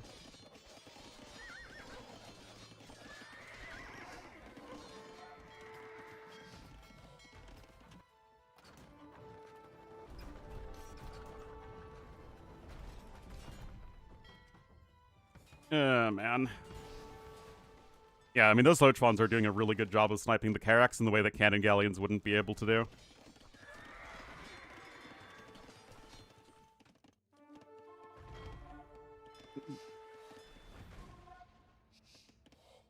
Pretty insane game from Viper, though.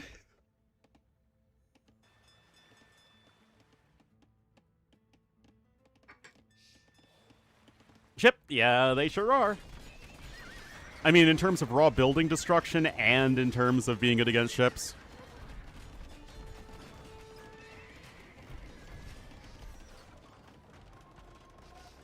That tower's taken 10,000 damage as well. TaToH's never had enough siege.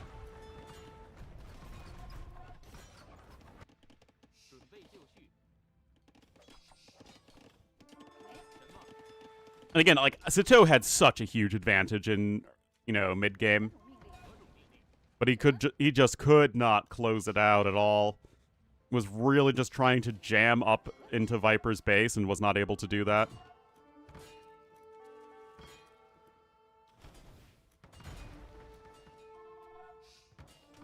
I mean, the populations are nominally still close, but Like, look, another freaking cannon galleon's gonna go down. As this tower is, again, taking 12,000 damage. And is not even close to going down. And Viper still actually has plenty more stone he can mine. This is insane. He's just not running out of resources anytime soon.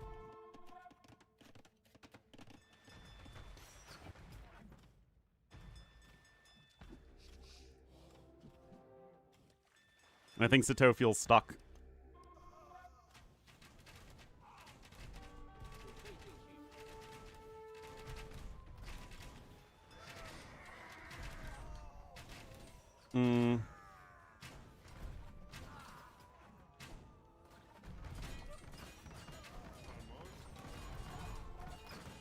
I mean, Viper's kind of running out of vills, honestly.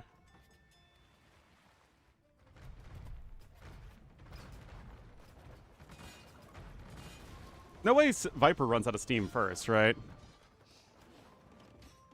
More gold access? I don't think... Okay, he's got, like, a little bit in terms of oysters, but it's not going to last him much longer. That only has 10,000 gold left on it. It's mostly stone, of which Viper still has plenty. Got another 1,200 gold over here. TaToH did pick up 3 total relics, to be fair. TaToH's taking the rest of the wood that's in the back of his base, so obviously that's going to run out very soon. Viper's own wood is going to be out a long time ago. There's less than 10,000 total wood on the map, but Viper has a huge navy advantage. Like, TaToH isn't even in the middle right now in terms of pawns.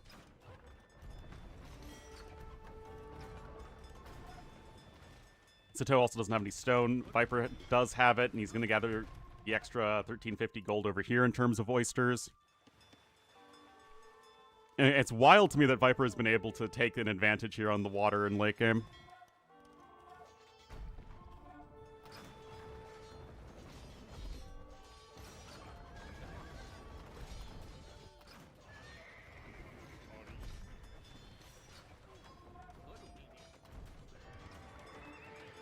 Oh, it's a very tough map to play. I mean, it's incredible performance from both players here, just trying to keep themselves afloat, so to say.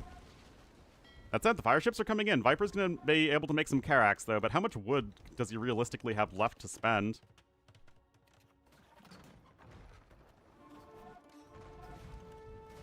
Oh, look at this, guys. The fire ships are fire shipping. Viper's taking some huge losses. Uh-oh.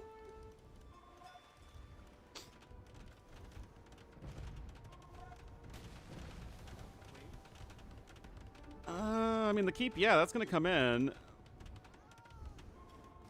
Guys, Viper's on 118 pop. Is he running out of gas? Is TaToH going to outlast Viper somehow? Because Viper's done such an insane job of defending all game, but now he's the one who's been trying to push his opponent, and he's really struggling to do that. Now, I thought, if nothing else, Viper would win it on map control alone. But now we have some more cannon galleons coming in for TaToH. Anti-fire? No, Lucho ones are already insane, man. TaToH's actually been able to find some extra resources over here.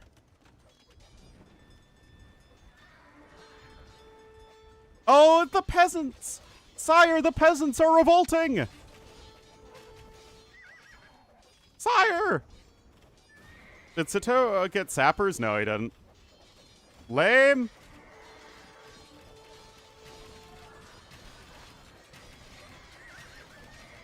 Wait, what is he doing?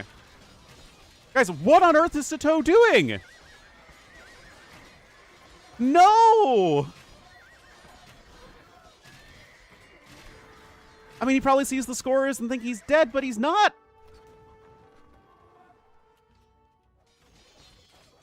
What do you mean he's winning the game? He's going to lose everything here. He keeps at 37 kills.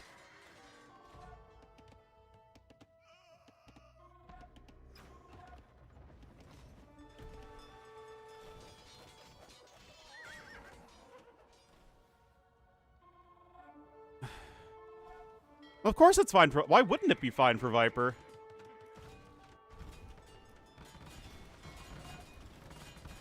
That guard tower is gonna do work.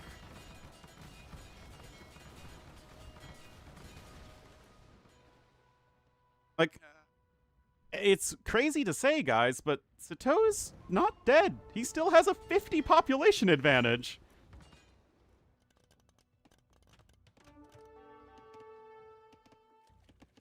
Viper is basically out of wood. TaToH can get another 800 over there. It's obviously like we're really picking the bottom of the barrel in terms of any resources, income. There's another 1200 there.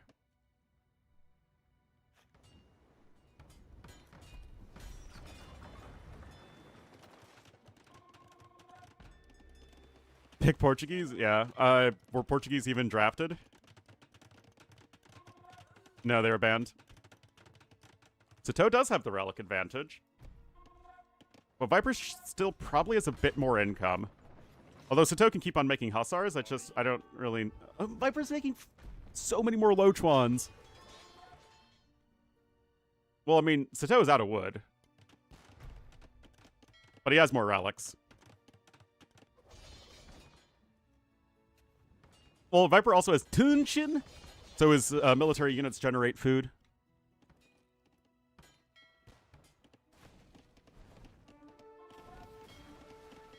Man, these Lochuans do so much damage to the Carax.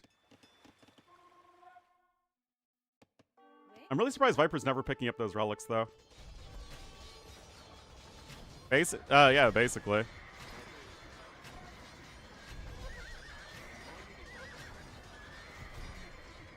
I mean, Viper's below 100 pop. But TaToH basically has no vills left.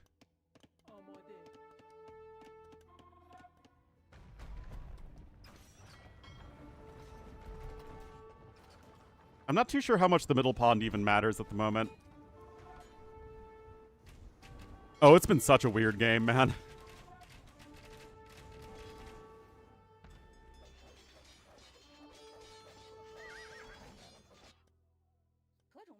Well, looks like Viper. Viper's going to secure a little more wood over here.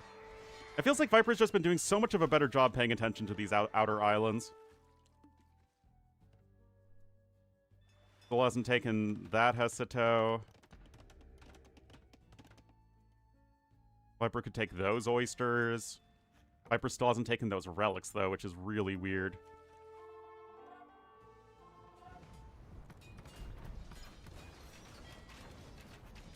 Yeah, I'm not too sure what the light cab give you for either player, honestly. There's very little to actually raid. This game is going to be won or lost on the outer islands.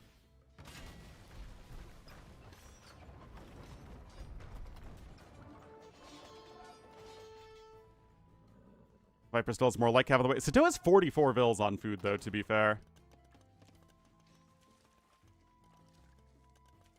Where do you even drop off those berries?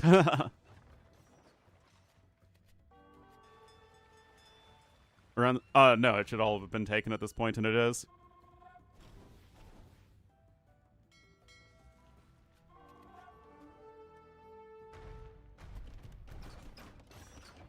But yeah, look at Viper's army. He has 10 Lochuans! What the heck?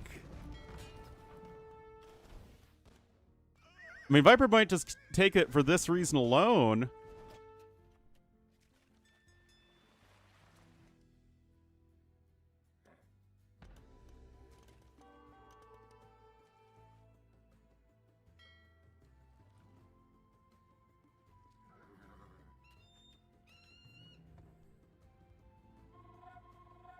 This is like Malay, a standoff. Viper has the advantage. It's just been it's such a frustrating game if you are a TaToH fan. Still 1-1? Well, this game is almost an hour and 40 minutes into it, so yep.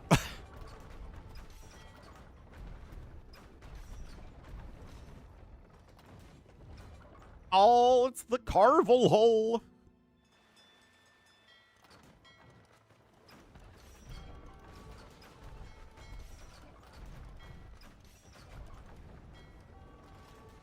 Oh, yeah, but I don't think anything kills this navy. You don't have any wood.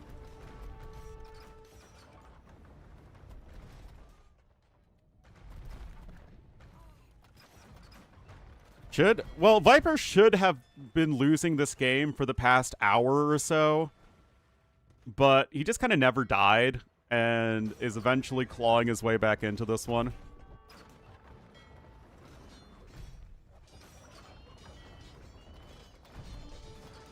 Yeah, I mean, again, this is all fairly meaningless. The fact that Viper, again, had no map control at all. He was stuck on his island. TaToH was everywhere, but then TaToH just kind of gave up the water completely, and there's the GG well played, as Viper is indeed going to win this one. 30,000 fewer resources. But he had more stone, and he was so much more efficient. Again, the wood collected was actually very similar. And Viper just took a efficient fight after efficient fight after efficient fight. Wild stuff.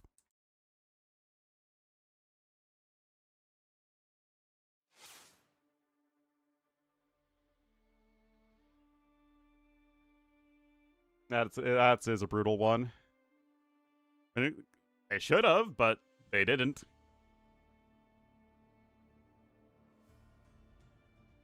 GG called? Yes, Debbie is the finisher.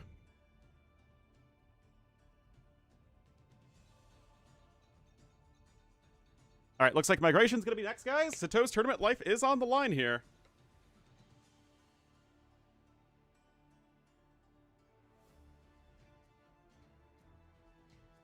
Ornlu a stretch. Oh, I'm gonna get some more coffee, guys.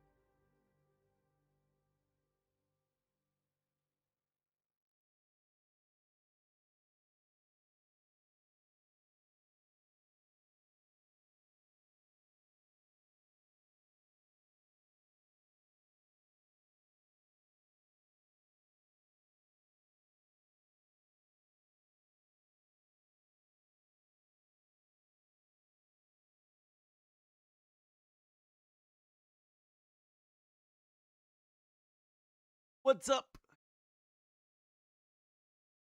At least when he wins. Alright, they're on migration, guys. Armenians versus Bengalis feels like it makes the most sense. Then Nomad can be Spanish. I don't know, Bengalis are the best civ for TaToH on both maps. We'll have to see.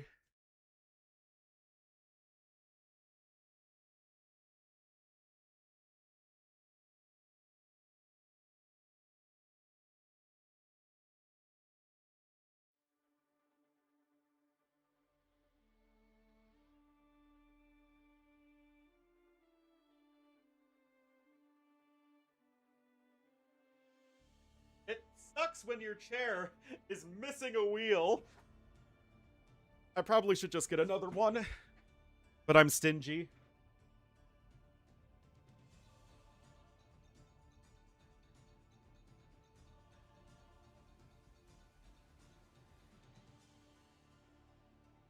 It's like, if I don't need a new chair, do I really need to be spending money on it?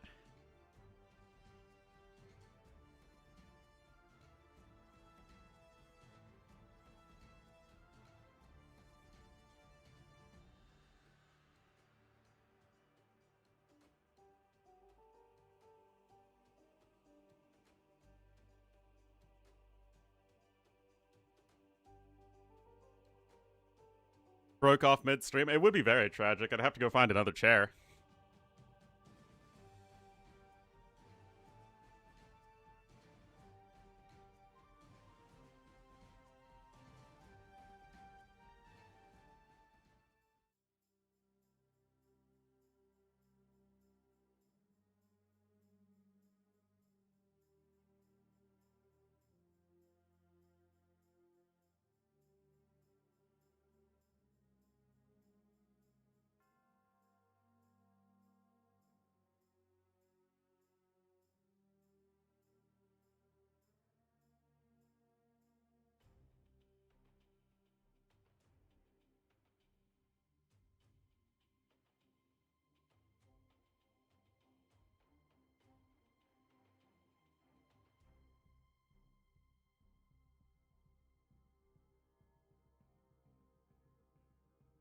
All right.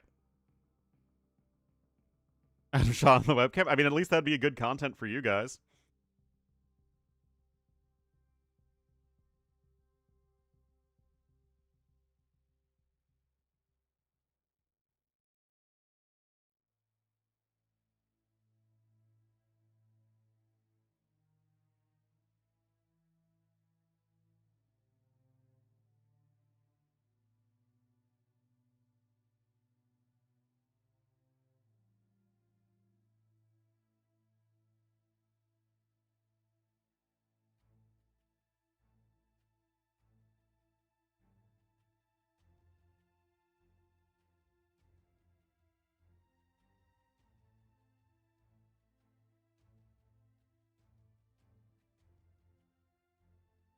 Gets the karma. There you go. There you go.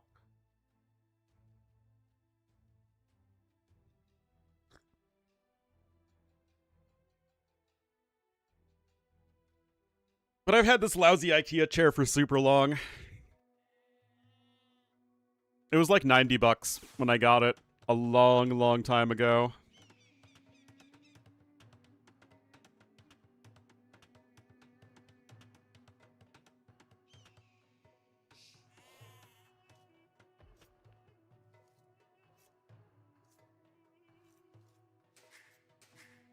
I mean, it's lasted me this long. I mean, it couldn't have been that bad. The wheels only fell off like a few weeks ago. Anyway, Viper in the yellow is the Armenians, 1 game away from moving on to the round of 8.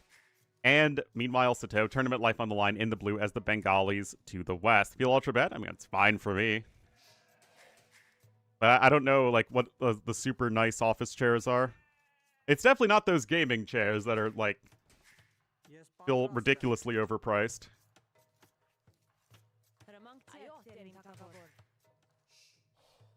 I mean, these are, yeah, 2 of the very best civs on the map for sure.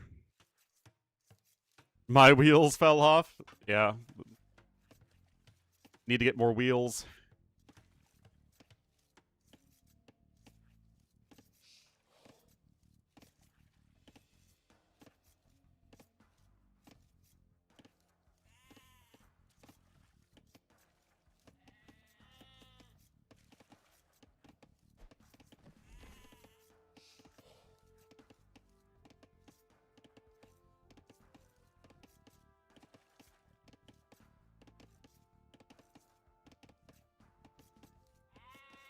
Kind of ergonomic.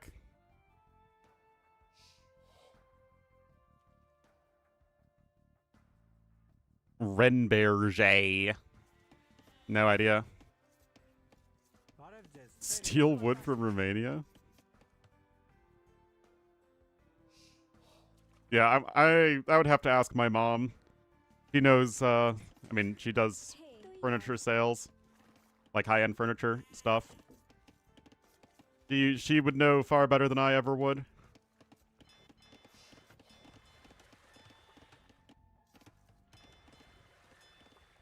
Anyway, it's migration.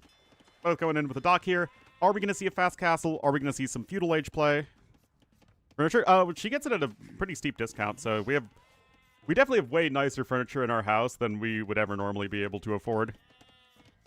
Not all of it, but, you know, a lot of it.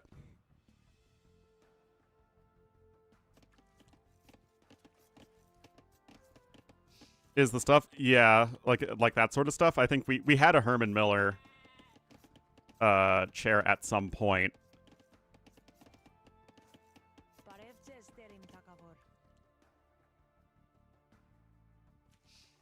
Play Nomad? Nope. We're gonna get migration and we're gonna like it. Capture furniture. I mean, it was like we all use the furniture.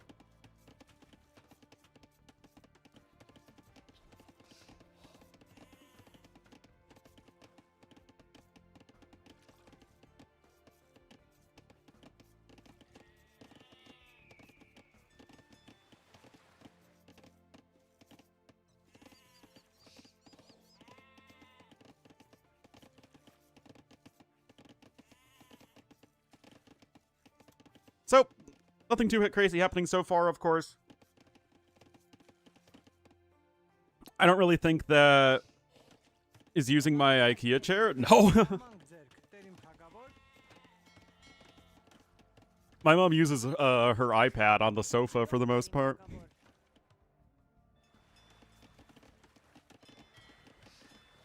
And then forgets to charge it.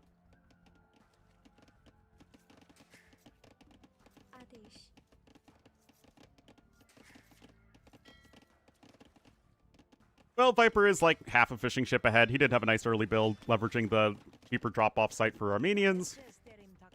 Except he had 1 second idle time, so of course he is a big noob.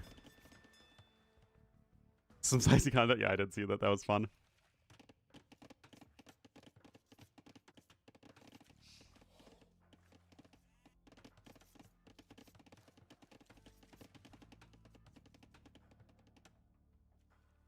Corgi Herman Miller chairs? Yes, it's a Herman Miller chair designed for a Corgi's dimensions.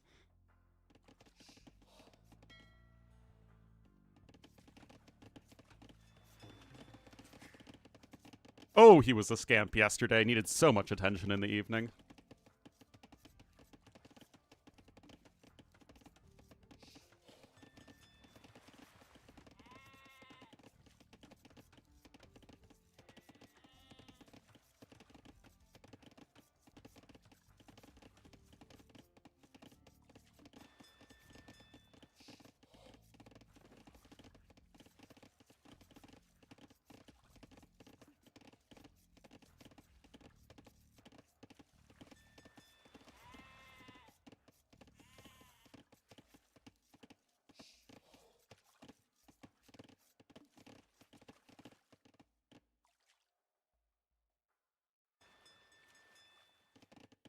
Watching ships full of hookers? Oh, you bet.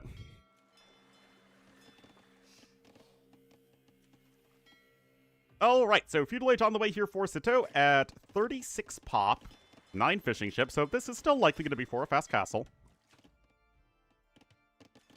The question is just going to be into what? Because Bengalis are going to be pretty comfortable just going for any naval play, either it be galleys or hulks or fire ships. Or you can try and play a land style with monks, maybe light cav, add TCs. Is Bengali ship healing strong? It's better for fire ship v fire ship or hulk v hulk, because those units take a very long time to kill each other. So you have more time to regenerate HP. And then it's also very good in like full-blown like post-imp slugfests, because again, there's just so much ship healing that's happening all at once.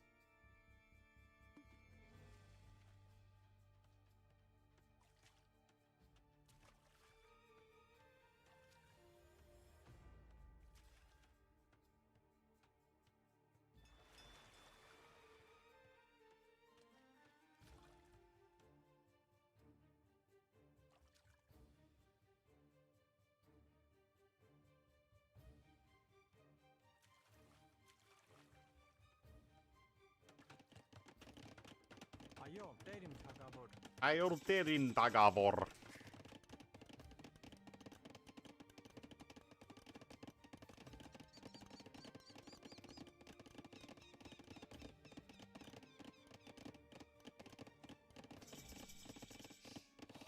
Alright, feudal age is in. There's the market, there's the blacksmith, and there is the same on the other side. Yes, fishing ships do heal. I'm frozen? I'm not frozen. Yep, fishing ships heal. Berber fishing ships also move faster. Portuguese fishing ships have more HP. Unless the bonus specifically says warships, it applies to fishing ships. Same with Bengali transport ships, they also heal.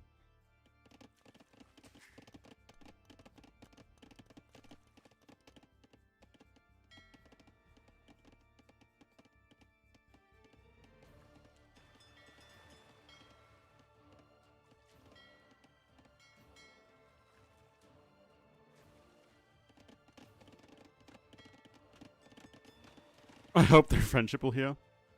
Transport not a warship? Yes, it is. Stronger? I mean, I guess maybe. Idle military? Yeah, I think so.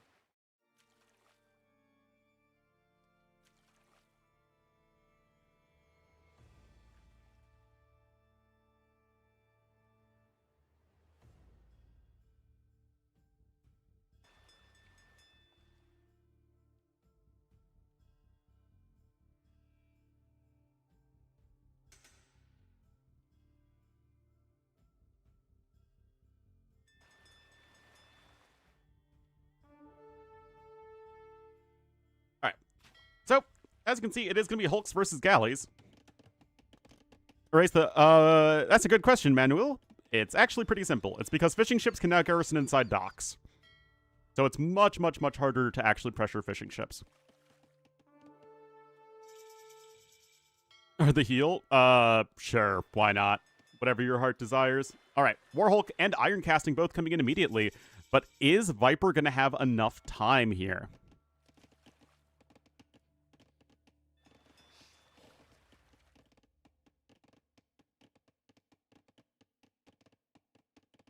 For units that I can select with idle military and yes, because it does count, I think, as a villager as well in like the post-game stats.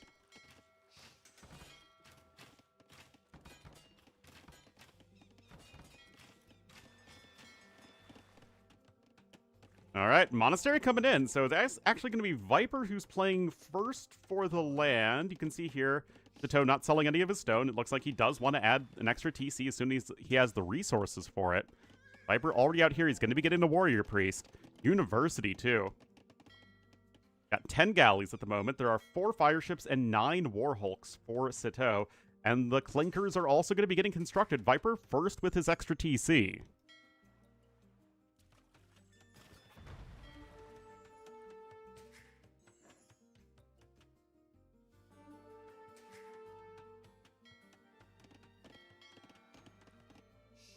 Got some more galleys over here. But yeah, both players going to get their TCs down. There's Clinker construction for Viper.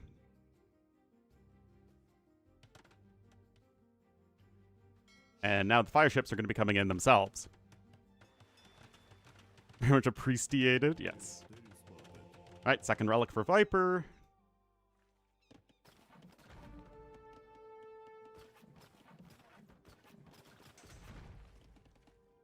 Alright.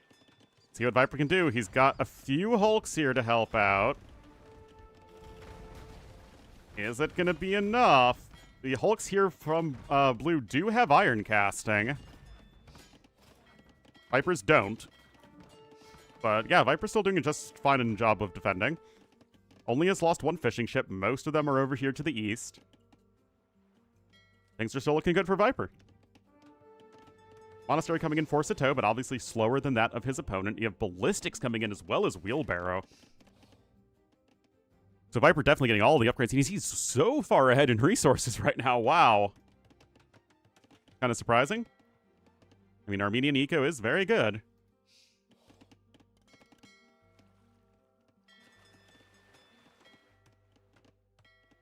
Yeah, and I think Viper just had a bit of a more efficient early game, no matter how you slice it. Anyway, that Bill's going to be having a bit of a rough time if it doesn't get out, which it does. But you'd think that the War Galley plus a few Hulks combo is going to be better than the Fire Ship plus Hulk combo, as it's going to be very difficult for the Fire Ships to get on top of the War Galleys.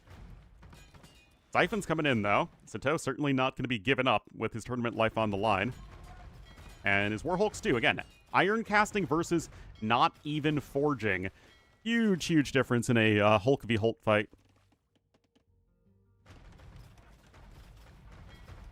But yeah, what we really need to see is the fire ships in the front going after the War Galleys and the Hulks from behind.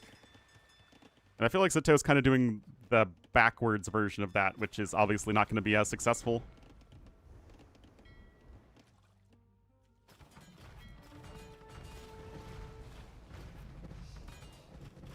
Yeah, see, the fire ships are going after the Hulks, and the Hulks are going after the War Galleys. This is backwards! Dude, what are you doing? Like, it's literally backwards. Alright, there you go. But that's still a good fight for Viper. Gillnet's coming in for him as well. I don't think TaToH even has the first fishing upgrade. He does not. Castle coming in, though, from TaToH. Okay. Well, that's one way you can potentially squeeze out a win here. Got a couple Warrior Priests coming to the north and another TC for Viper, so he's going to skedaddle while the skedaddling is good.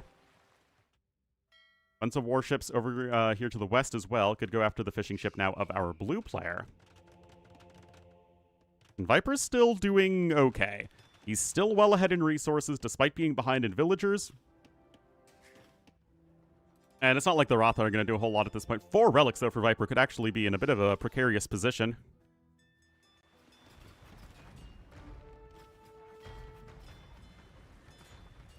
Not giving you live notifications? Yeah, rip.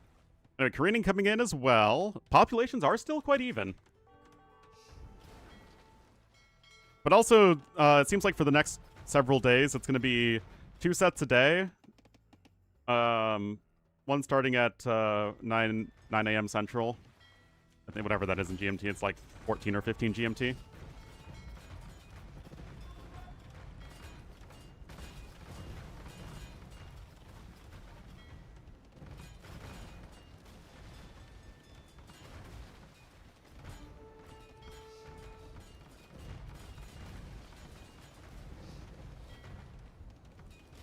To join dinner? Reasonably good. TaToH's trying to fight this one back, though. Starts the weekends? You betcha. Oh, yeah, for sure. Anyway, Viper did at least secure 1 relic over there to the north. I mean, he's on 5 relics at the moment. We do have a Devotion on the way.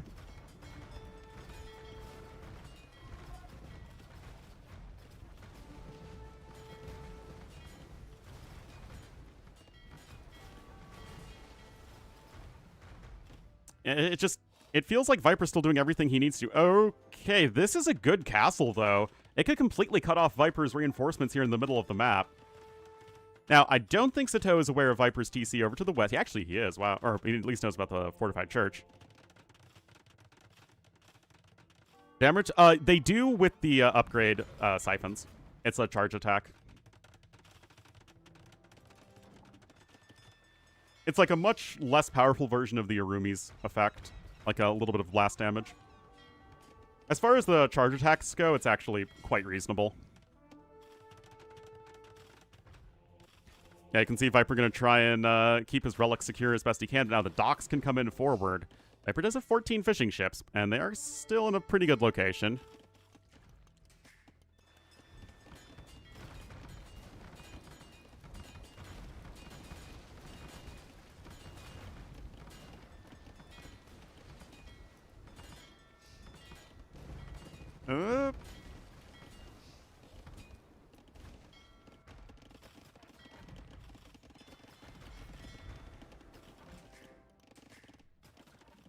Imp on the way, though, for Viper.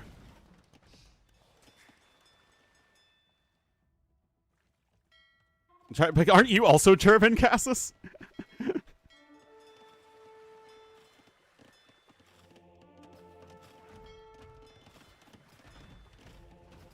Anyway, Viper has secured most of the relics, at least over there, and is even going to get the last one.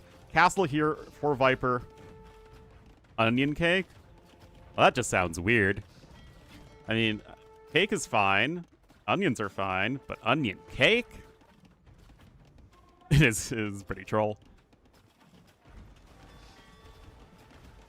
I mean, this is a good position for the castle. Viper's population is nothing to write home about.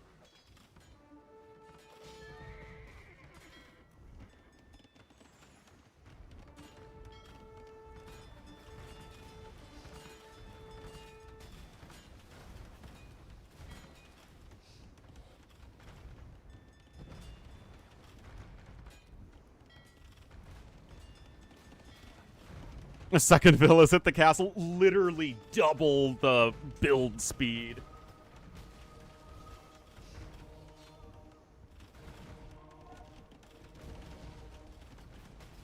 TaToH tried to add in some fishing ships as well. Double? Well, it's 50% more, man. All right, another castle coming in here. I think TaToH is stuck in Castle Age, so can you beat an Imperial Age Viper here? Oh, it's a trade cog! Oh, it's a trade cog meta. In High Valyrian? I'm afraid I am not the master of High Valyrian. Really what matters? Yes.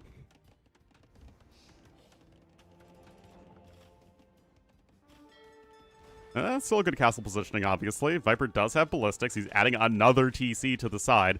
Trebuchet's coming in as his heavy warship, but of course, no fast fire ship for Armenians. Do you think Viper knows that Armenians don't have fast fire ship, guys?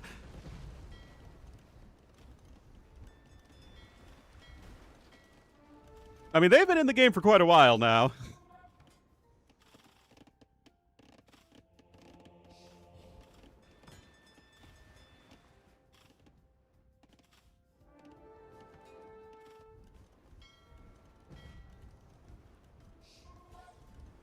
But aren't Drummonds what Cersei builds in King's Landing in A Feast for Crows? Isn't that like the navy she gets? Geoplanet. Well, that was with Shu. Still, though, TaToH's going to need to use these elephant rams to actually take down the castles, most likely. You got to be careful, though. The Treb is a little bit stuck. The relics are firing all the arrows, guys. Oh, I think it's going to be just enough. Another workshop coming in. And a castle here from Viper to the north. I don't think there's any way you can deny that as our blue player. Golden arrows.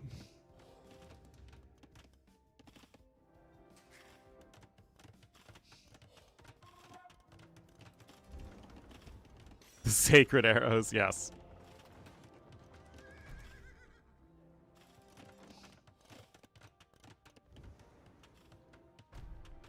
Yeah, I think Viper's fine here. Got 3 Trebs up on the high ground there, and he will slowly start to push his way back.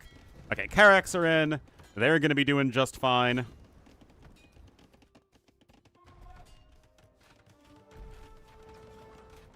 Good quick wall there from Viper. I mean, those comp bowmen are going down. I mean, TaToH will lose the castle. Obviously not ideal, but he does have 2 more.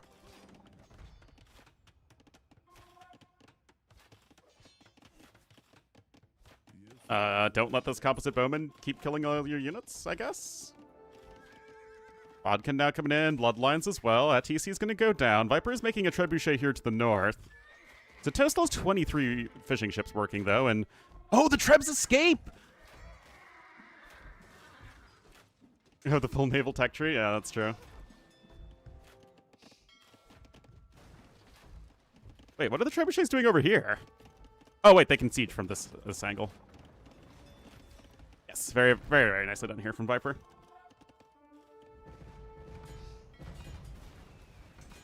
I mean, still, the population is a lot better for TaToH.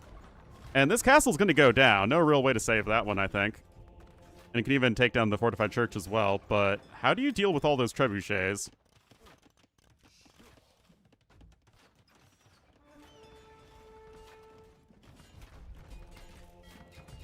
Got some more War Hulks coming in. But remember that Karax only win by a little bit against the War Hulks. They have 20 more HP, and that's the only thing that's going to be making a difference here, I think. Without Viper having all the attack upgrades. But yeah, right there. Fortified Church goes down. You can start picking up the relics as blue. Oh, not the mule cart! Yeah, Viper's actually down to 0 relics at this point. And...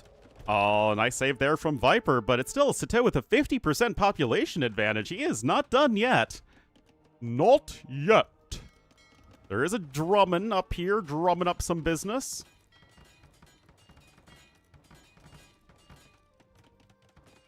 Oh! I think that was an attack round from Viper. Very well done. Got some spearmen on the way. Pikemen coming in too, but is this going to be enough? Again, TaToH is not getting imp anytime soon.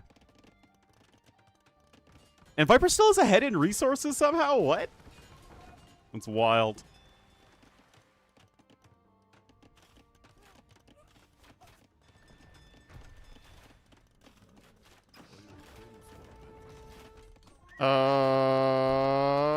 Ratha have arrived. That's expensive. That is mighty expensive. Oh, jeez. Owie. Okay, I guess the Hulk killed 3 composite bowmen over there as well, but... a dromedar? Yes. That is exactly how that works. More Hulks on the way here for blue, but Viper now himself going to be out and about on the map with his own navy, and he is going to be closing that population gap very, very quickly. Continuing to take these good fights. He's got all the resources he needs here to the north. Oh, he's even going to reclaim this area and secure those 3 relics again. Really nice. I mean, there's a lot of armored elephants, but you don't really have a ton to kill pikemen at the moment. Especially without ballistics. Besides, I'm pretty sure you can just focus down the Rathas here with the buildings. And then just have the pikemen kill everything else.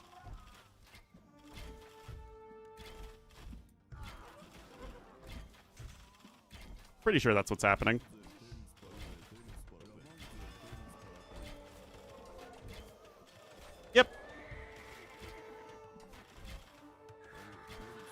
Yep. Yep. Elephant's gonna go down here.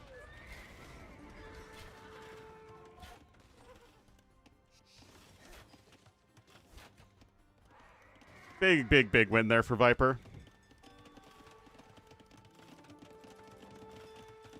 Castle didn't even take all that much damage either. Iron Casting coming in from Viper. There is Imp for TaToH. And Viper actually has a lot of Idle Veils. Look at this, actually, from Viper. Ooh, he's not... I mean, he did a good job getting back to this area, but other than that, it's still not the greatest. He's coming in with another castle there, and this is the final castle right now of TaToH, and obviously no castle, no Rathas. Game 3? Yeah, but Viper at least was in a very good position all of this game. And it's TaToH who's trying to climb his way back into it. Got a few Ratha over here. But most of those bills will be able to make it to safety regardless. Ballistic's just now on its way.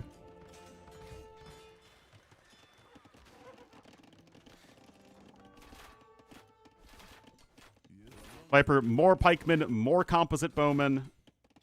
And it feels like TaToH is just going to be losing absolutely everything here. I guess you can try going for skirmishers, but that still doesn't feel very exciting. Looks like that transport ship will make it with a bunch of ills on it. You even have a monk over here to shoo away the Rathas. And it just feels like Viper's going to take back all the map control he needs, and I would say he's already done that. And there just really isn't a whole lot that TaToH can do that's going to feel very powerful. He's still 50 seconds off from Imperial Age. The populations are all evened up. I guess Viper's lost the relics again. TaToH's really going for those, man.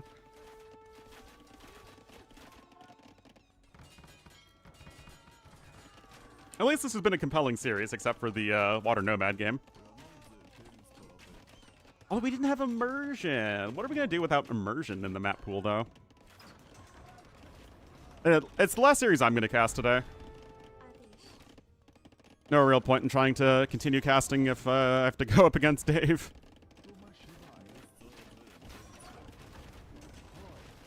Germ's crossbowman coming in.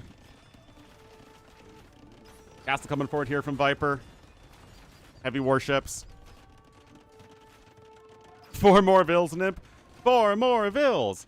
4 more Vills.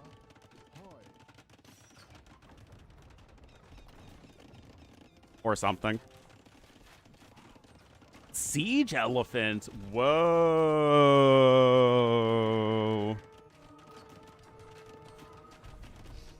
But he doesn't have any of them. Like, he doesn't have any actual siege elephants right now, which is kind of an issue. Also, it's not like he was able to research pikes or anything.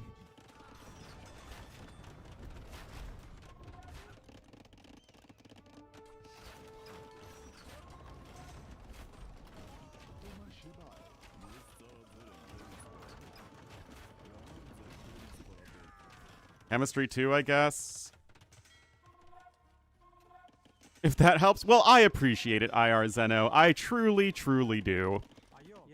But, the numbers are simply not on my side. Especially if I have other work to do. I don't know. What are we hanging at right now? 98? 44 on YouTube. Maybe we'll cast the other one. We'll see. We'll see.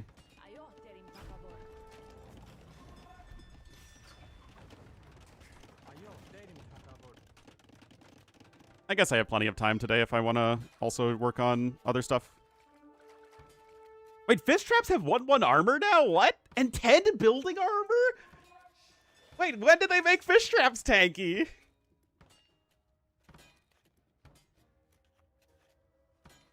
They're not enough for you? It's okay, Bannister Esquire. Nobody is. This is so funny. Look how tanky the fish trap is.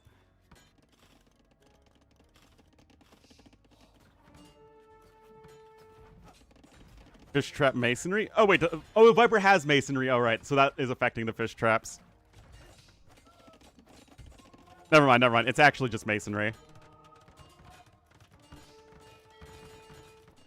Which means that fish traps have 7 building armor now. I'm pretty sure they had just 0 armor before. I think. All right, Cannon Galley coming in here from TaToH. He still has a slight population lead. And Galleons coming in here are getting some value. Works? I know, man. Affect farms? Yes, it does.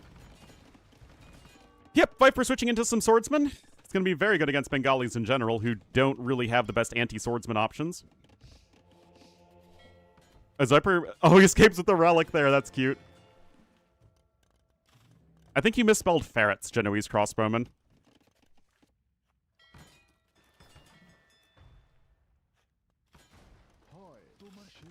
Demos? Well, again, I don't like games being decided by demo hits. They're so unfun to play against in so many situations.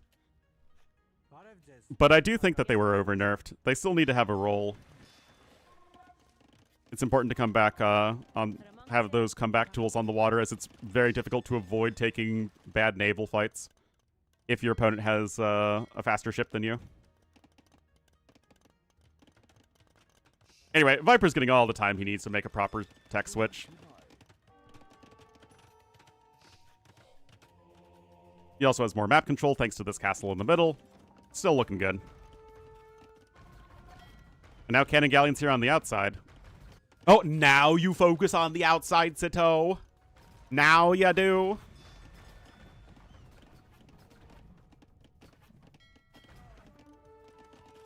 You couldn't do that before.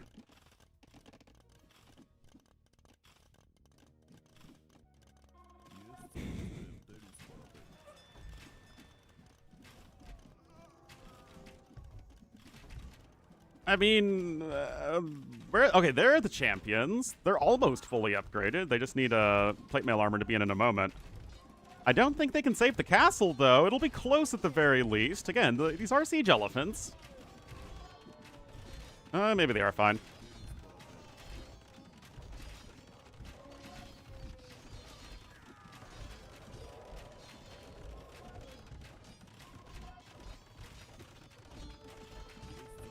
Oh, so close, so close. That goes down.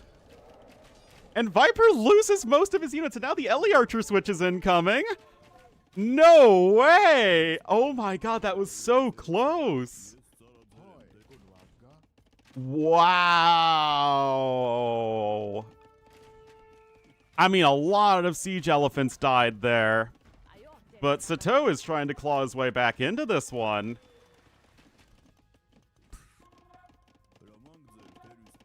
A lot of elephants died, absolutely.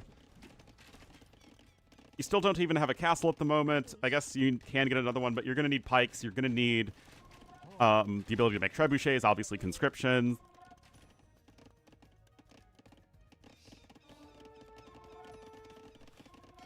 And you still do have some semblance of water control right now as our blue player.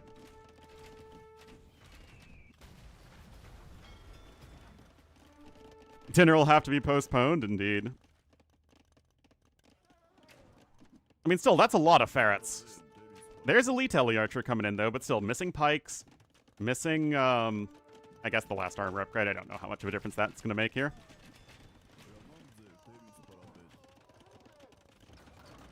But Viper still has 3 trebs. Pikes. I say pikes and pikes. So it's slightly different intonation. Elite Ellie Archer's only halfway done.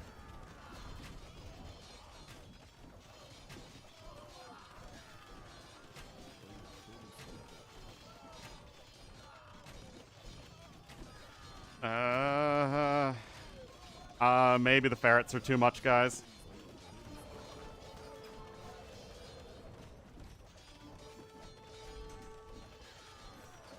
I mean, there's Elite in. I mean, elephant archers are pretty crazy.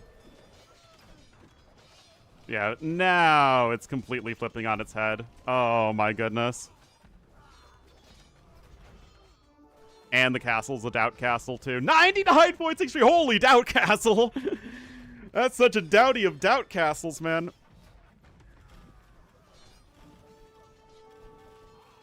But yeah, now Viper's got the fortified churches here as well. And the galleons just don't do enough at the moment.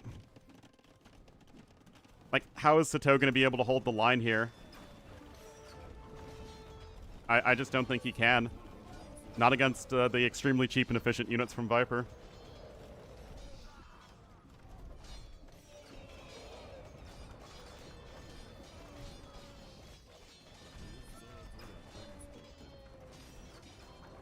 That castle's also going to immediately go down, man, and TaToH tosses out the GG well played. Viper will win the series 3-1, but with a lot of very competitive games. Actually, I don't even remember game number 2. Oh, yeah, that was the weird Aquarina game. Yeah, the first 2 games are kind of weird, but games 3 and 4 were both extremely competitive, but with Viper eking out a win there. Able to get to those mighty ferrets. TaToH even had more resources collected, but he just could not take efficient fights against Viper.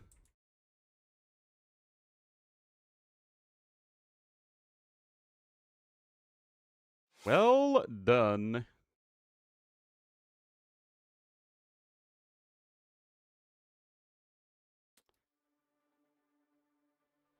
Viper ready for dinner? He should be. And now I feel guilty. I guess I'll cast the other series as well.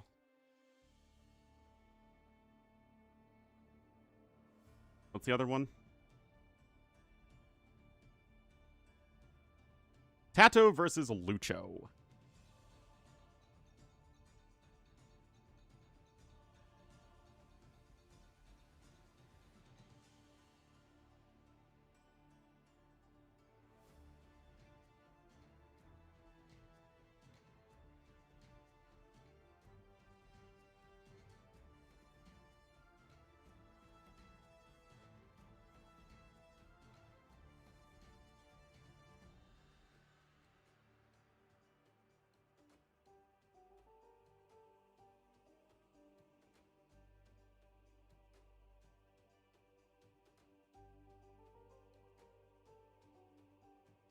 All right. I better not have to wait a bunch. Just saying.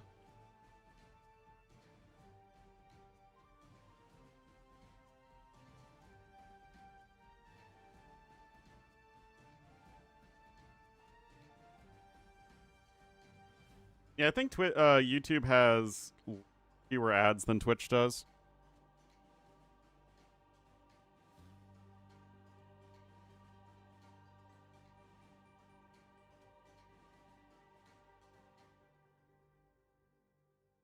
YouTube, if you just click on my channel, then my stream will pop up.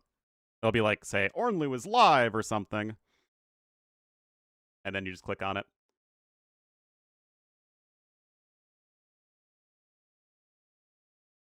All right, so it looks like we should have the draft done at this point, so hopefully we'll just be able to go right from one series into the next. Game number 1 will be on Pog Island, another amazing map.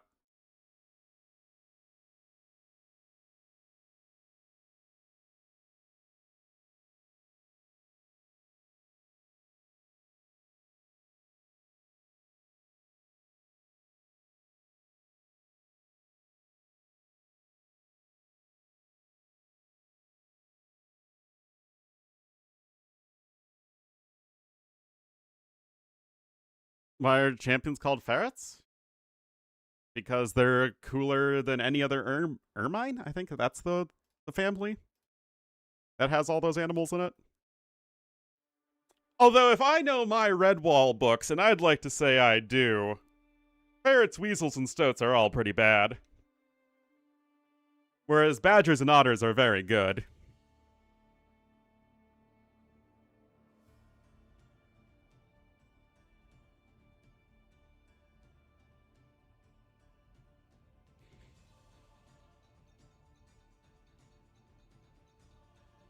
Alright. So, I mean, we have everything done. Hopefully players will get into the game in just a moment. Oh, I was a huge fan of the Redwall books as a kiddo. I'd read them, I'd listen to the audiobooks. Like, I'd get the audiobooks from the library and then, like, a different Redwall book to actually read. Bloomborough? I don't know what that is.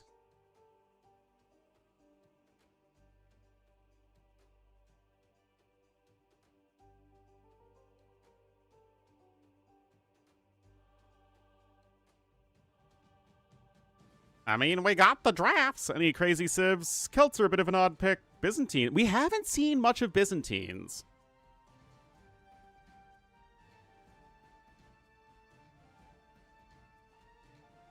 Volcano? Who wouldn't? All animals? Ah, okay. I want to be successful, I need to lose the AoE suffix? Well, I mean, I personally would rather just not have anything other than Ornlu, but Ornlu is taken on Twitch, so I had to do Ornlu AoE. And Ornlu's taken on most places because some jerk out there did it first.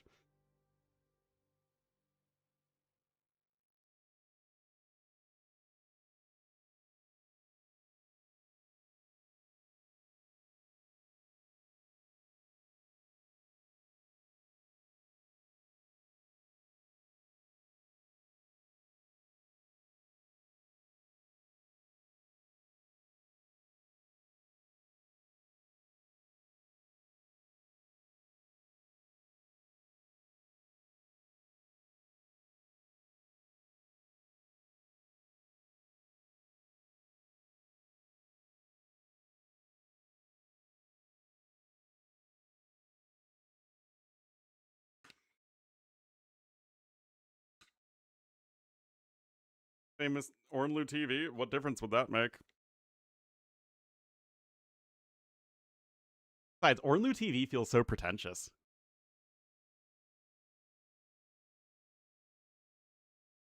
All right, looks like we are now into the game.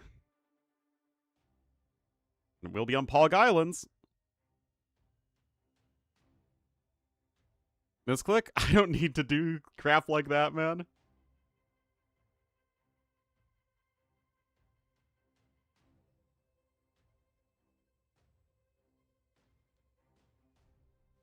Game Pacific, but I only ever do Age of Empires.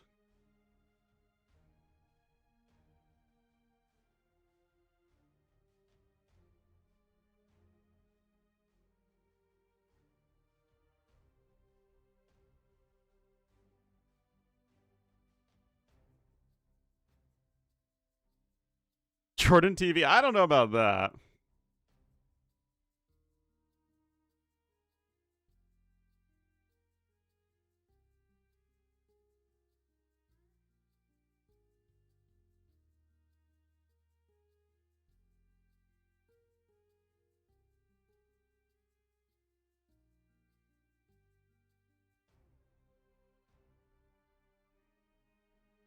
Portland stream? Oh, yes, so much.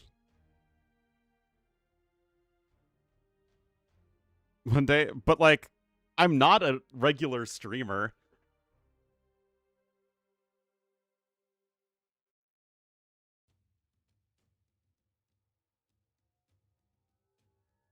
I have no talent. I barely have enough talent to be an AoE 2 streamer.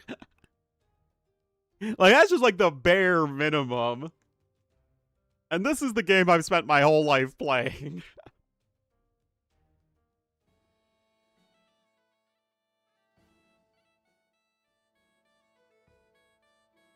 Indeed, you have not misheard.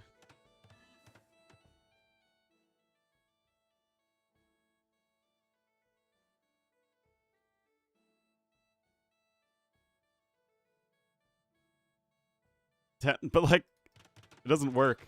I'm not like a good variety streamer. Down with the kids variety streamer with Riz. Like, that's just not me.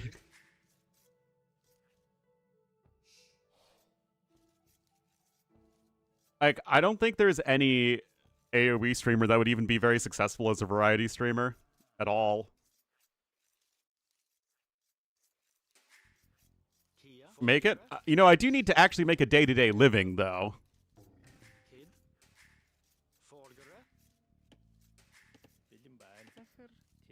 Be soon? I doubt it.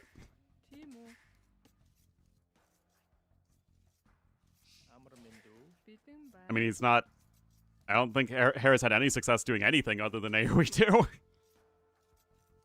Anyway, TaToH going to be here in the red as the Mongols to the southeast, and to the west in the blue as the Celts it will be Lucho.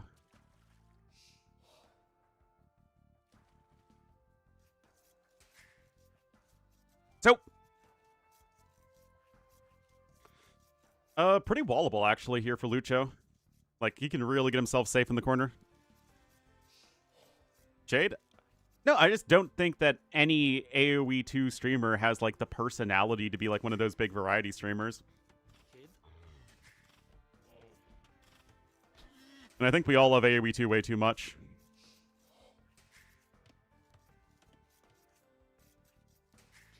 Tier collabs for doing Age of Empires, too. That's just because Hera's a very big streamer in the first place, so he can do that sort of thing.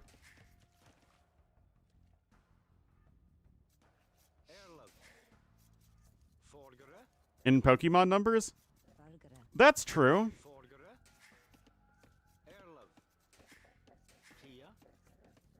When Nilly went to AoE 4, yeah.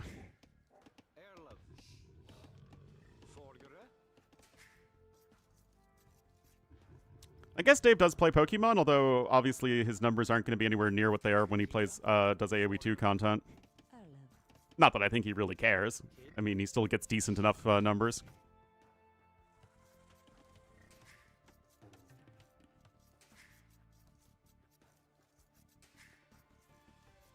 But I don't think Dave grows his channel by doing Pokemon streams, right? I mean, obviously, I wouldn't know.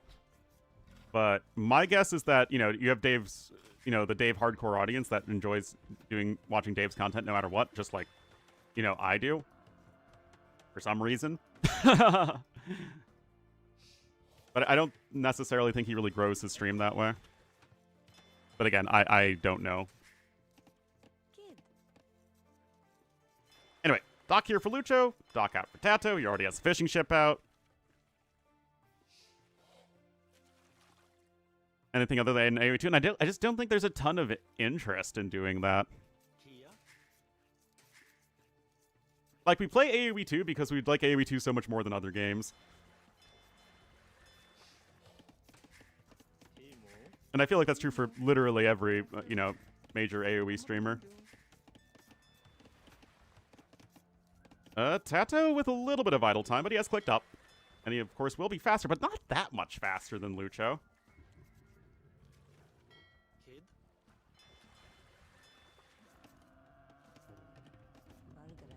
But yeah, Lucho, very easy map to wall on the sides to prevent ships from sailing around. TaToH has much less space to work with, but also very few tiles he needs to wall.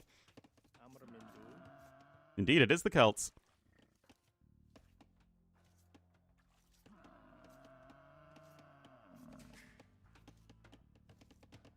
Others get a shot? What do you mean?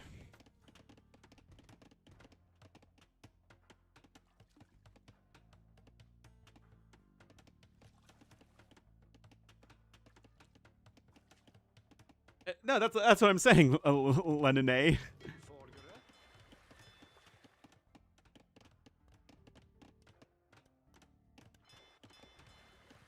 Erlov. Pickling is good? Oh, certainly. Kid. But I don't necessarily think Viper has the temperament to, like, be a super big variety streamer. Erlov. But also, it's like, the variety streamers don't do multiplayer games, I think, for the most part, right? They mostly just play different single-player games or, like, casual multiplayer games. Anyway, double dock galley production here for blue. And like I said, I feel like if you at least remain competitive with Mongols with the uptime, it seems pretty decent. Also, how is that villager there? It literally looks like it's on the... What? Someone want to make sense of this? Kid. The same people who made it as Civ 6 streamers can pivot, but they don't always pivot well. Oh, I mean, like, with AoE 4 coming out, the only people from AoE 2 who really pivoted to AoE 4 was Lidacor. Like shooters and stuff, yeah, but I think they play them at like a casual level. Forgere.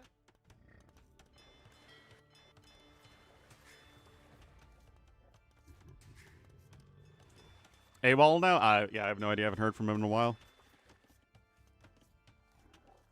Pro gamer? Yeah, like that's like full blown. You're just doing different games entirely.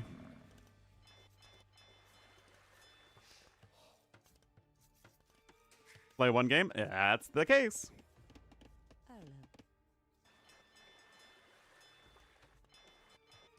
But again, it's also something that I just don't think any of us streamer types for AoE2 want to do.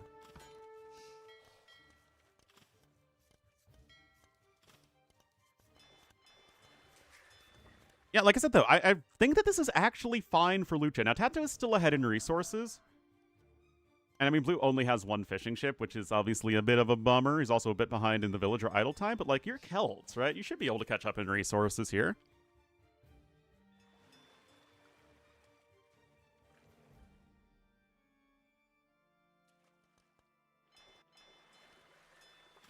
I mean, maybe I'm just misreading my fellow streamers, but it just doesn't really strike me as something anyone else really wants to do.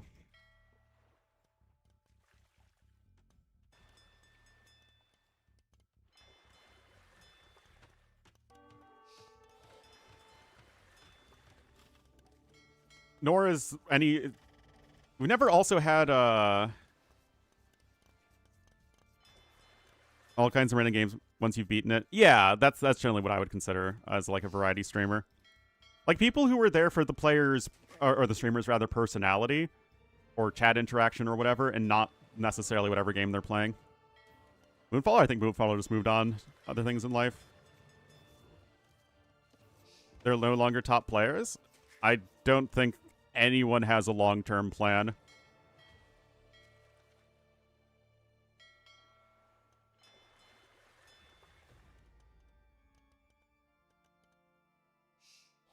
But I think that it doesn't really matter if they're no longer a top player, because people will still want to see the biggest personalities in the community that were there before.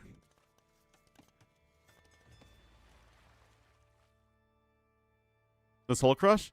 Well, that was like a complete YOLO Hulk Rush build. TaToH's still building his eco behind it. Like, he's doing fine.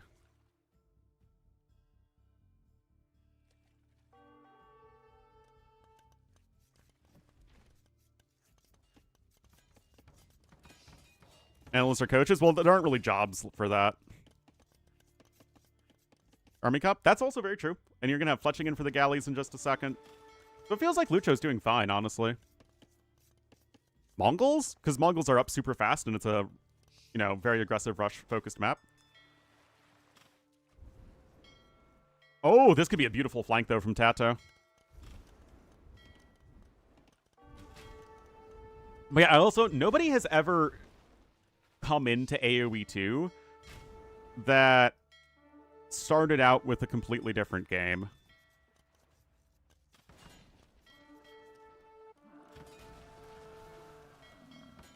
Like, everybody who has become sort of a mainstay in the AoE community,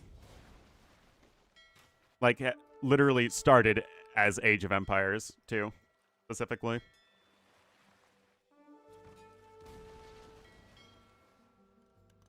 They could, but I don't...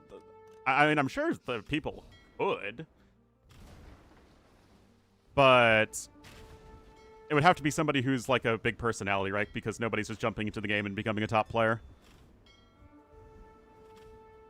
But I think it's just AoE is fundamentally kind of a separate and niche community.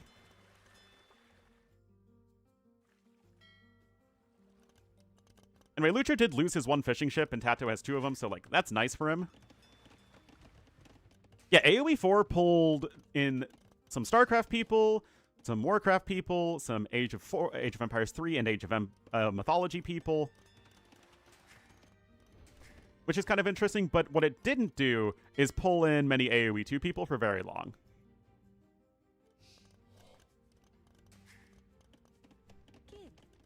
Lucho has, like, no bills on food. That's not great. He's going to need to get a market post-haste. TaToH at least has a little bit of food income. And again, having those 2 fishing ships does help out.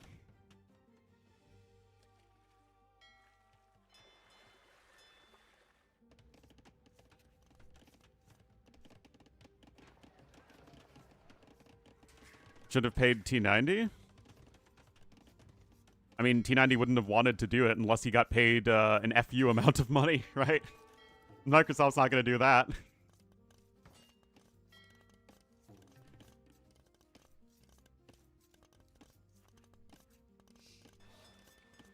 They didn't stick with it for long. Exactly. I mean, it's not where their passion is.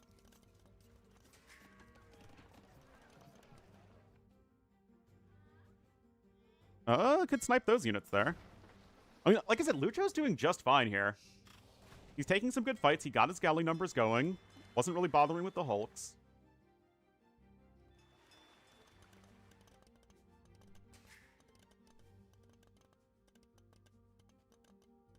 Some darkest time in AoE 2? Indeed. Unless you're Hera. Then it was a great time if you're Hera!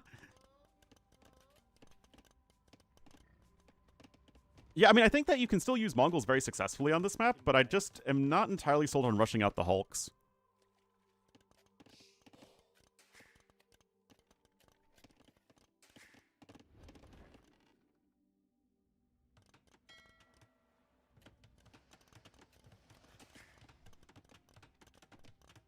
But yeah, I mean, if both players can maintain a, you know, relatively even uptime, this just feels like it's super good for Lucho, because he can start to mix in a few Hulks of his own.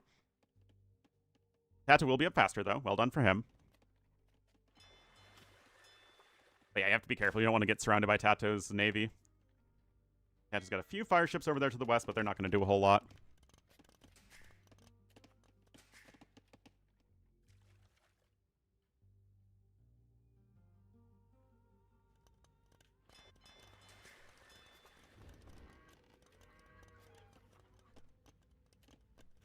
Yeah, I mean, I don't think it's going to be that big of a deal for TaToH, but, like, TaToH's all right. He's not mining any stone. Neither player is, interestingly. Although I guess both could buy back stone if they wanted to add in more TCs. Now you actually have Lucho going over to fire ships. Like I said, it's really galley plus fire ship that is the ideal army composition throughout the game. Because the Hulks just die way too fast to large groups of galleys. And there really isn't any good way to avoiding that. Enough ships back? I mean, you just have to start taking some very good fights. Kid. Yeah, Mongols do have siphons. That's what I thought. Celts, no fire ship upgrades at all. Although they do have shipwright. I mean, so do Mongols, but yeah, both civs have shipwright, funnily enough, although I don't think this is going to be a late-game naval battle. If it does get to late-game, Mongols are just going to win handily, because they are the much better late-game navy civ.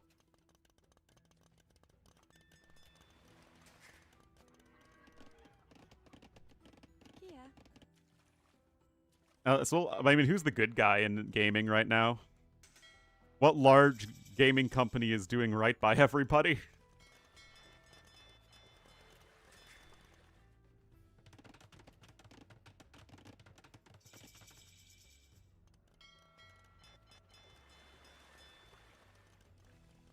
Medium warships and Bodkin coming in, medium warships and Bowsaw coming in. Of course, you don't actually have any, galleys to upgrade at the blacksmith, but look at this very quick university and siphons upgrade for TaToH. Interesting. University now on the way for Lucho. But TaToH has more bills on food. Like, he actually is getting a bit of an, like, food eco going. He's also grabbing Wheelbarrow. He's got Bowsaw in, so that's going to be good for his eco going forward.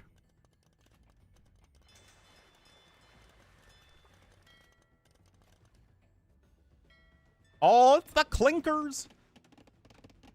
Don't mess with those clinkers, guys. They're broke child. I don't know. Microsoft just doesn't even seem to know what they really want out of Age of Empires. It feels like they just keep on changing their minds constantly. But for them, it's a very low risk, low reward thing. Has a very stable player base, but it's not going to grow much. Greening coming in as well, so TaToH's getting some good upgrades here, but still, is it going to be good enough to overcome the fact that it just feels like Fireship plus Galley is so much better than Fireship plus, Hulk?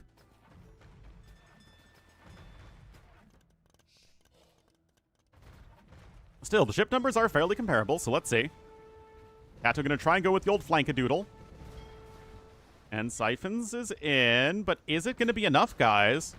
Look at this, the big old Flankadoodle, and that's a lot of ships just kind of sailing around right now for Lucho, not firing. Of course, Lucho's going to do his best to focus down the Hulks. But I think this is good for TaToH. I think.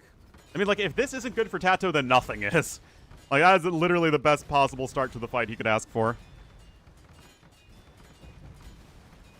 Inadequate marketing? That's basically what it is. I mean, the game is profitable for them, for sure. Like, the regular DLCs certainly make more money than they cost to make because AoE 2 is extremely cheap to make content for. Especially compared to, like, AoE 4. AoE 4 is super expensive to make content for. As, like, a much larger dev team in general, and, like, having to add in the new graphics and, like, 10 million new voice lines for every single unit and every single age, like, that's a lot. HP for all the ships? Sure. I mean, it's a little bit more here for Lucho. The KD is still basically even, but TaToH is a bit ahead in terms of resources. Well, Ballistics is about to be in. You're going to have Iron Casting in for the Hulks of TaToH, though.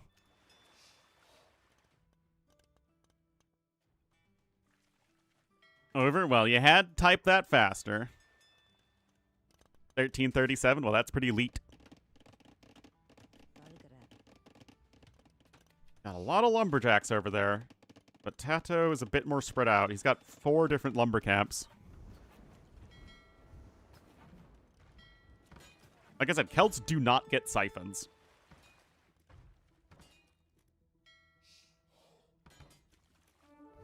Celts are fine for an aggressive water map like this one. All right, that's a lot of Hulks on the field. Not really. TaToH's still ahead in resources. On Cup. Yep, again, because the late game Navy didn't matter as much, and also back when Cup was in the map pool, there were just fewer civs in the game. Now people would spam Romans on Cup constantly. Or Armenians or Georgians.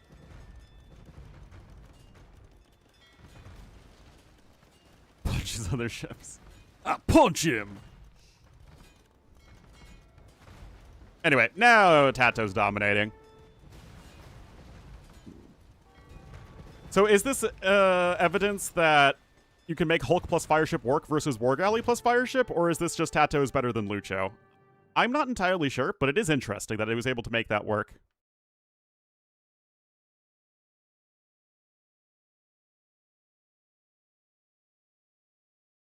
Interesting. I mean, TaToH, again, took the fight he needed to.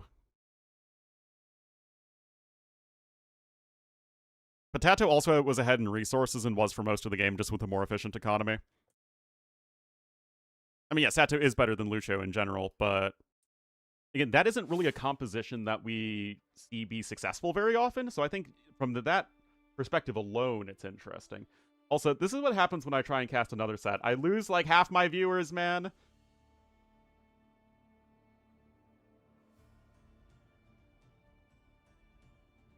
Oh my, like I literally lost like half my viewers. Oh my goodness. I should stop trying to be nice to you guys. Right, that is Mongols over Celts. The viewership sunk like Lucho's navy.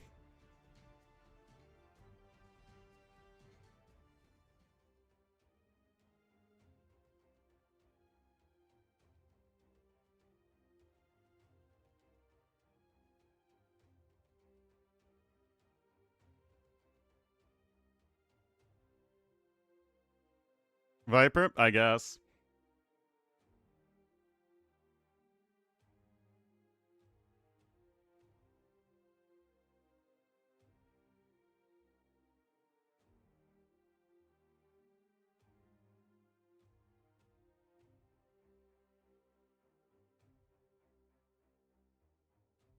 You're my bright personality? Oh yeah, for sure. Because I have me on 2 devices, oh boy.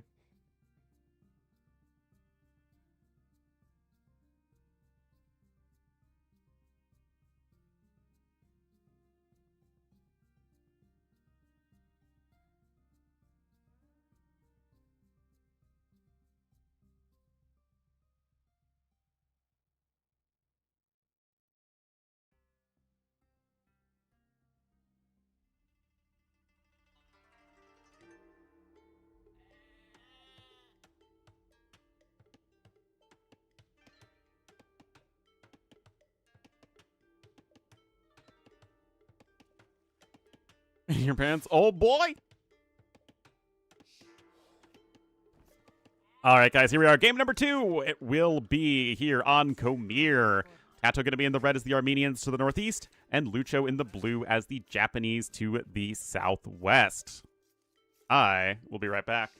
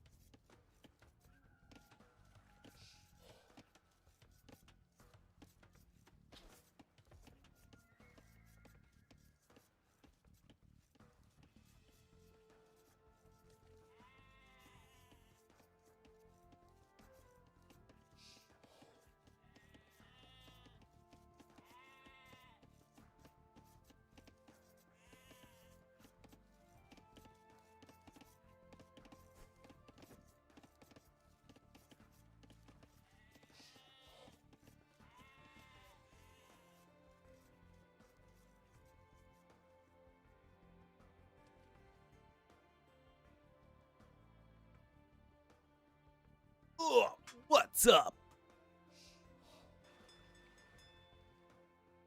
It's ya boy with the broken wheel on his chair. Yes, Patrastan. Yes, Braston. Alright, fish and chip coming in here for Mr. Tatito.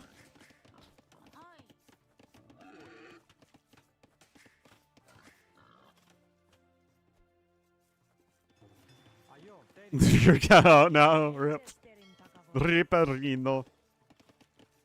You know, at the very least, it's good for my mental health to not be too bothered and stressed about trying to grow the stream at this point. We're just trying to keep the ship afloat until I can find more permanent employment.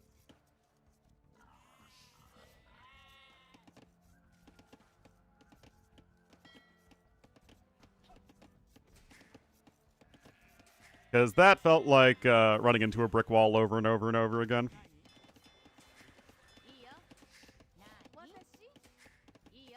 Eel.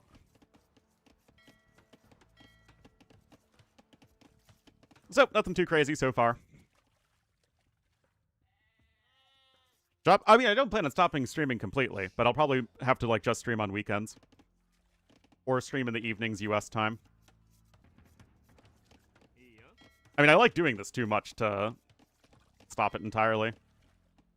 I'll still almost certainly make videos on the campaigns when they come out. And do reviews for them. yes, Patrastan. And I'll still almost certainly watch AoE too.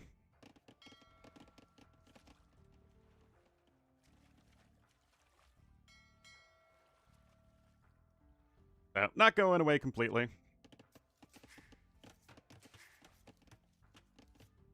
During the weeks again? Oh yes, because that would definitely make me happy. Anyway, Men at Arms rush coming in from both players. It really does feel like it's a very high success play on this map. But Japanese are still going to have the advantage with the faster attack speed, unless you go full long swordsman, which you cannot afford whatsoever.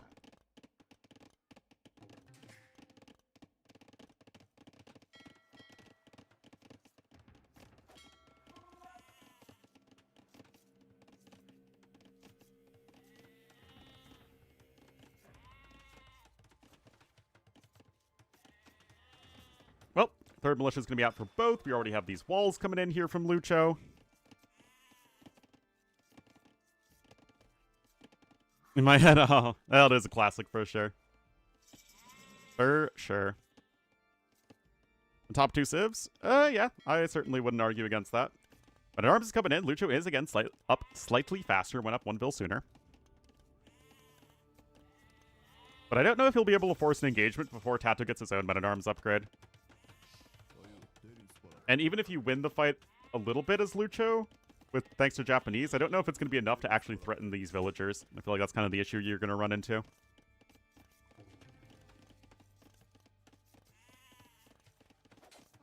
Koreans don't have a good Men-at-Arms rush, though, so you have to play defensively, and I don't know if playing defensively is ideal on this map. Although we've certainly seen Koreans be successful, it feels like you have to do a really good job of making sure you don't take a bunch of damage to Men-at-Arms, which is kind of tough. Anyway, good quick balls there. It's fine. It's fine.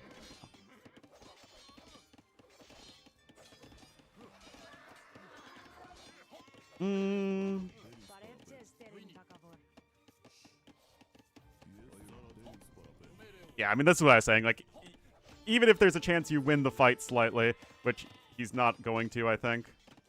Maybe he does. There's not enough left over to do any damage. I mean, it's literally one hit from being killed Men-at-Arms that's left over. It was pretty darn even. Bulgarians, I mean, I think that they just fizzle out much, much, much faster than Japanese do and Dravidians do.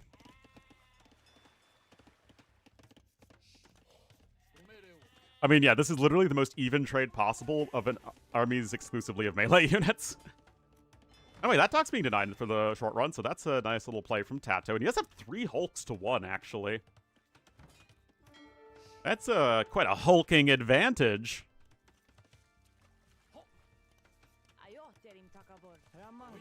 Trade deal. I know Trump just recently said he didn't know what groceries were, so I'm not too hopeful on the tariffs ending anytime soon.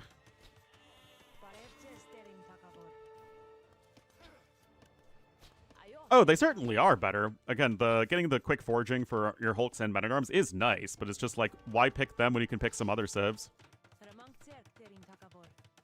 It's like, who even knows what groceries are?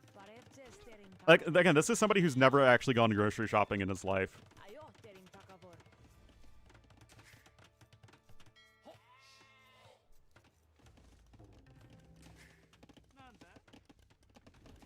Bulgarians are epic? That's true. Can't argue with that. Anyway, this dock is still being denied for the time being. It is 2 docks for TaToH. He's getting foraging for the Hulks, which is, of course, huge. And all he needs to do is just, you know, not die to the archers. But he's got a tower in a good position. These walls are pretty good for now. The ships, you know, the Hulks zone out the transport ships from going to this side, which I really like. So TaToH's setting himself up out as well as you could ask for.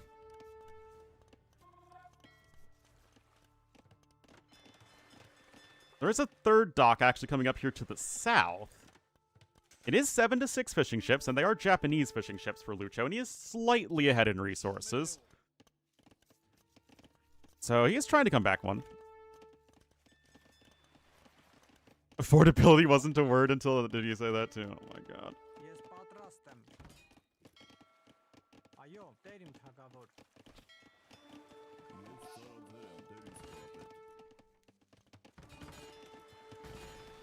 And his enemies did.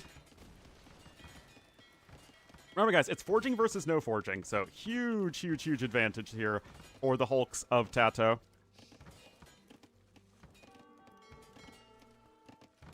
It's like the clip I saw recently from Veep with Jonah Ryan campaigning against Muslim math. He learned that so much of math was invented by Muslims. So they needed to stop teaching this heretical Muslim math in a good American schools.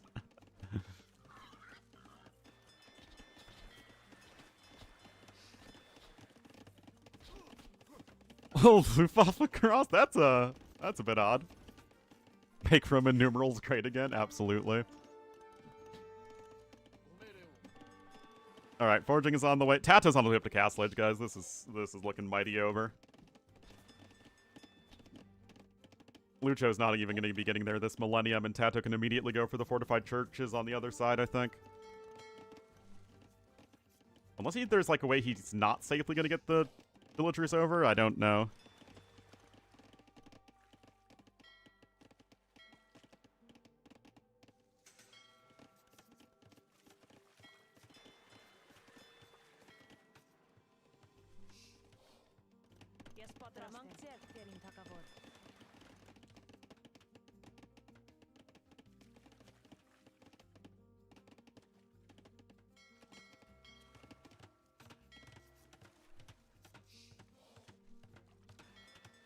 He stands with a love of warfare. That does sound like Saladin. Really, it's all Reynald de Chatillon's fault. I think, really, we found who to blame. It's your tortoise? How does your tortoise get upside down?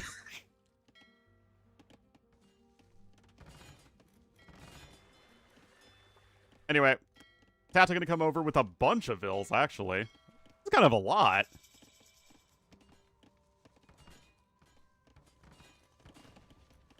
Okay, medium warships also on the way. Like, do we really need 8 vills for the fortified church rush? Iron casting coming in here as well. Well, I guess, oh, you can garrison it if the fight happens right here. I mean, that's insane. Because he's a noob. Ah, yeah, that happens. Happens to the best of us, McNeely's tortoise.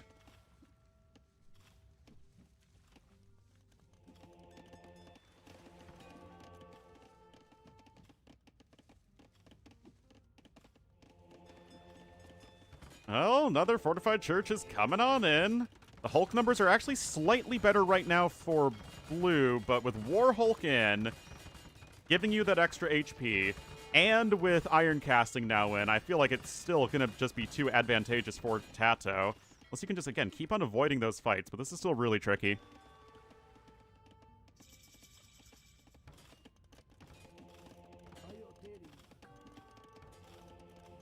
But still, like, TaToH's idling a lot of his vills for this. Medium warships coming in. It's actually padded archer armor on the way right now for red. I guess it's just to help defend against those archers on his island. I guess that's reasonable enough. To fit him up, right?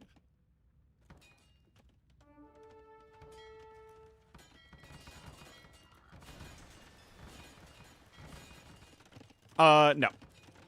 New patch won't be out until Q1 of next year.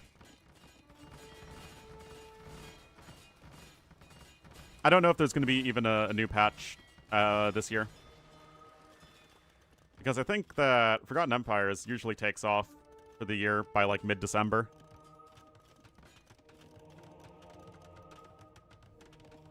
Oh, geez. That's a mass villager migration if I've ever seen one. And it looks like those archers are going down. That they're going to continue to surround his opponent's base with fortified churches. Monks? Oh, it always has been the time of the monks. Weeks of December? I don't know. I work, like, the last weeks of December.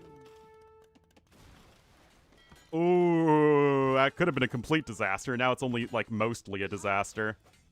Oh, no, guys. Oh, no. Now the vills just have to go into the other fortified church. Oh, no. Hello, Fat Dragon is God. Oh, no.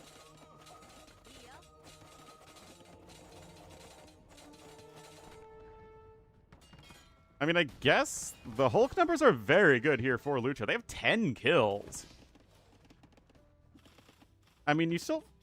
I'm pretty sure it still took way too many vill losses, though, right?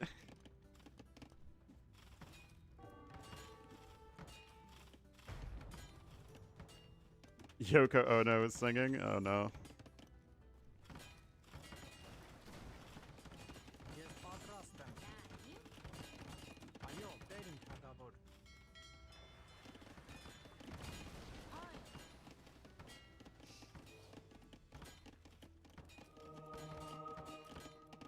I mean, again, TaToH still has a lot of idols, guys.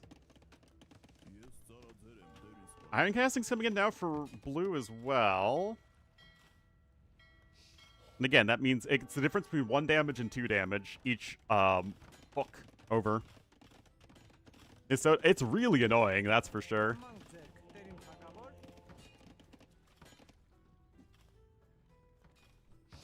But I feel like fortified churches would also be, like, legit awful if they had any stone cost attached to them, so I have no idea.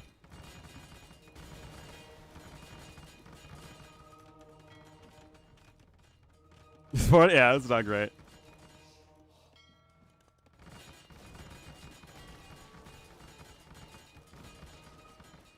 Any kind of defensive structure, especially one that doesn't cost stone, is very difficult to balance. Just look at harbors. Increase build time. But again, you can't really... Like, Armenians and Georgians are supposed to be good monk sims. You don't want to, like, nerf them on maps where you want to go for the fortified church. But, like, no! Lucho gonna immediately tap out there. Cost gold? It'd still screw up with a lot of build orders, though. Oh, Reparino. Lucho actually had to make 3 total transport ships. Longer than your food? Well, we'll have to see. Yeah, Lucho's eco-efficiency just dropped way too much. Oops.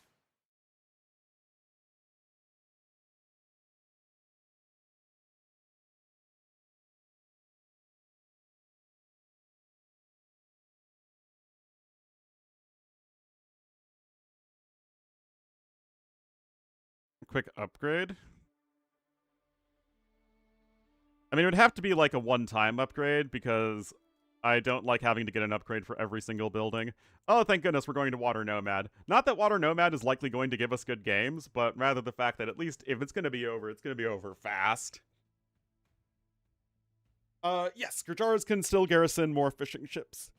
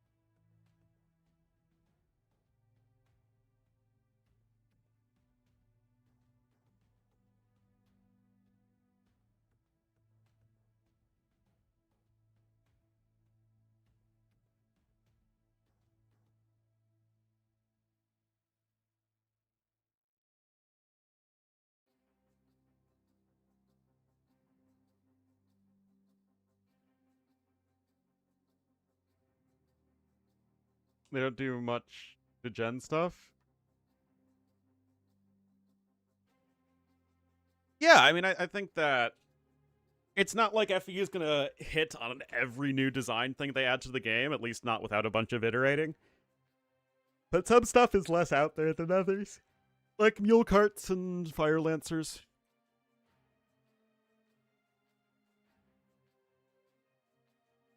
Well, it's just annoying. Again, just look at the stupid freaking outposts you need to spam. Oh, no, never do that in AoE. No, never have artificial building limits. That is not how AoE works. That's how AoE 3 works, and it's super annoying. Oh, I'm sorry, you can only build buildings like... Oh, you can only build like 8 outposts and 3 town centers, and you can only have 99 villagers. And you also can't build too close to the enemy base. Or too far away from your own base. It's like, oh my god. Well, this is like literally the furthest possible rush distance. Also, Lucho should have a much faster TC.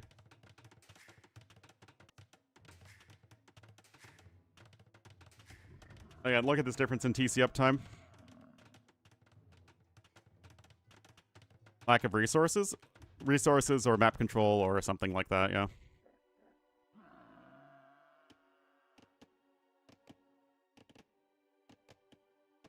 Hands on offense? Well then it just becomes handball.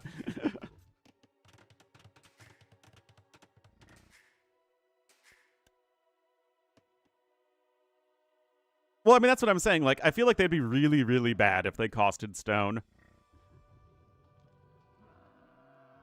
Because stone, like, requires very specific values, right? Because it's like your starting 200 stone is exactly enough for 2 extra TC. So, like, you couldn't add a monastery fortified church without also adding in, like, stone miners, which would slow down your boom. It's just like... I don't know. I feel like attaching stone value would just make it very, very bad. Unless the fortified church was a separate building from a monastery and you could build fortified churches and regular monasteries, but that just feels very bizarre. Like, it's already a partial downside because fortified churches cost more than monasteries do. They cost 200 wood instead of 175. Like, you don't want your unique building to be a downside over the generic thing it replaces.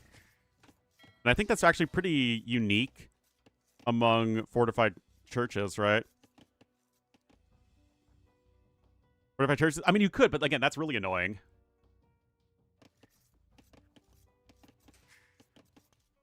You had that in the most recent Chronicles DLC, and I thought it was really annoying. And also didn't feel very AoE too.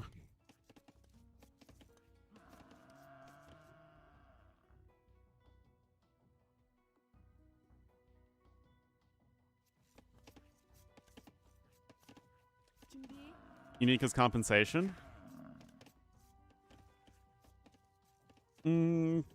That's just not really how AoE bonuses work, though. AoE bonuses are supposed to be at least close to universally positive or neutral.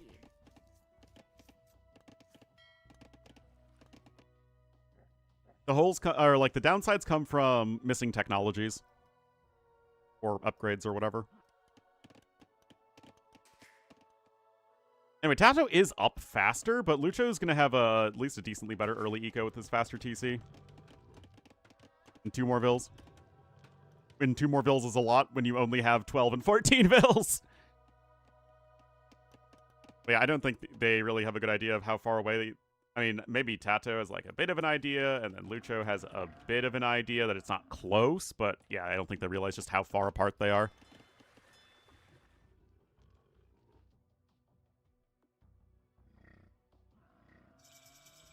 Cost more?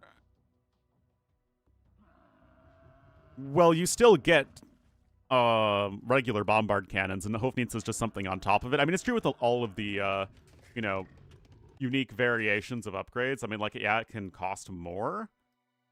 But that's also, like, a one-time thing. In one building combined? Well, both of the civs have 2. Right. Armenians get the free relic. And fortified churches in general. And the Georgian ones get the extra gather rate. Great at the university? Maybe. I don't know, something does feel off. Again, if there is an upgrade, like you start with regular monasteries and then they are upgraded to fortified churches, then I feel like it would have to be a one-time cost that upgrades all of your monasteries to fortified churches. Kind of like how Thalassocracy upgrades all of your docks to harbors. Anyway, stone walls are coming in.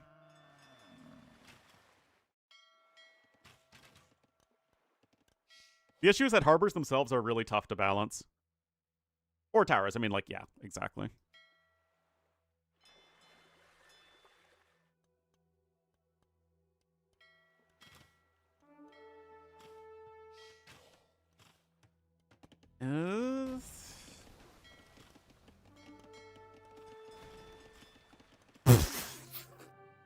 I told you! At least it would be fast! At least it would be fast! Oh my goodness.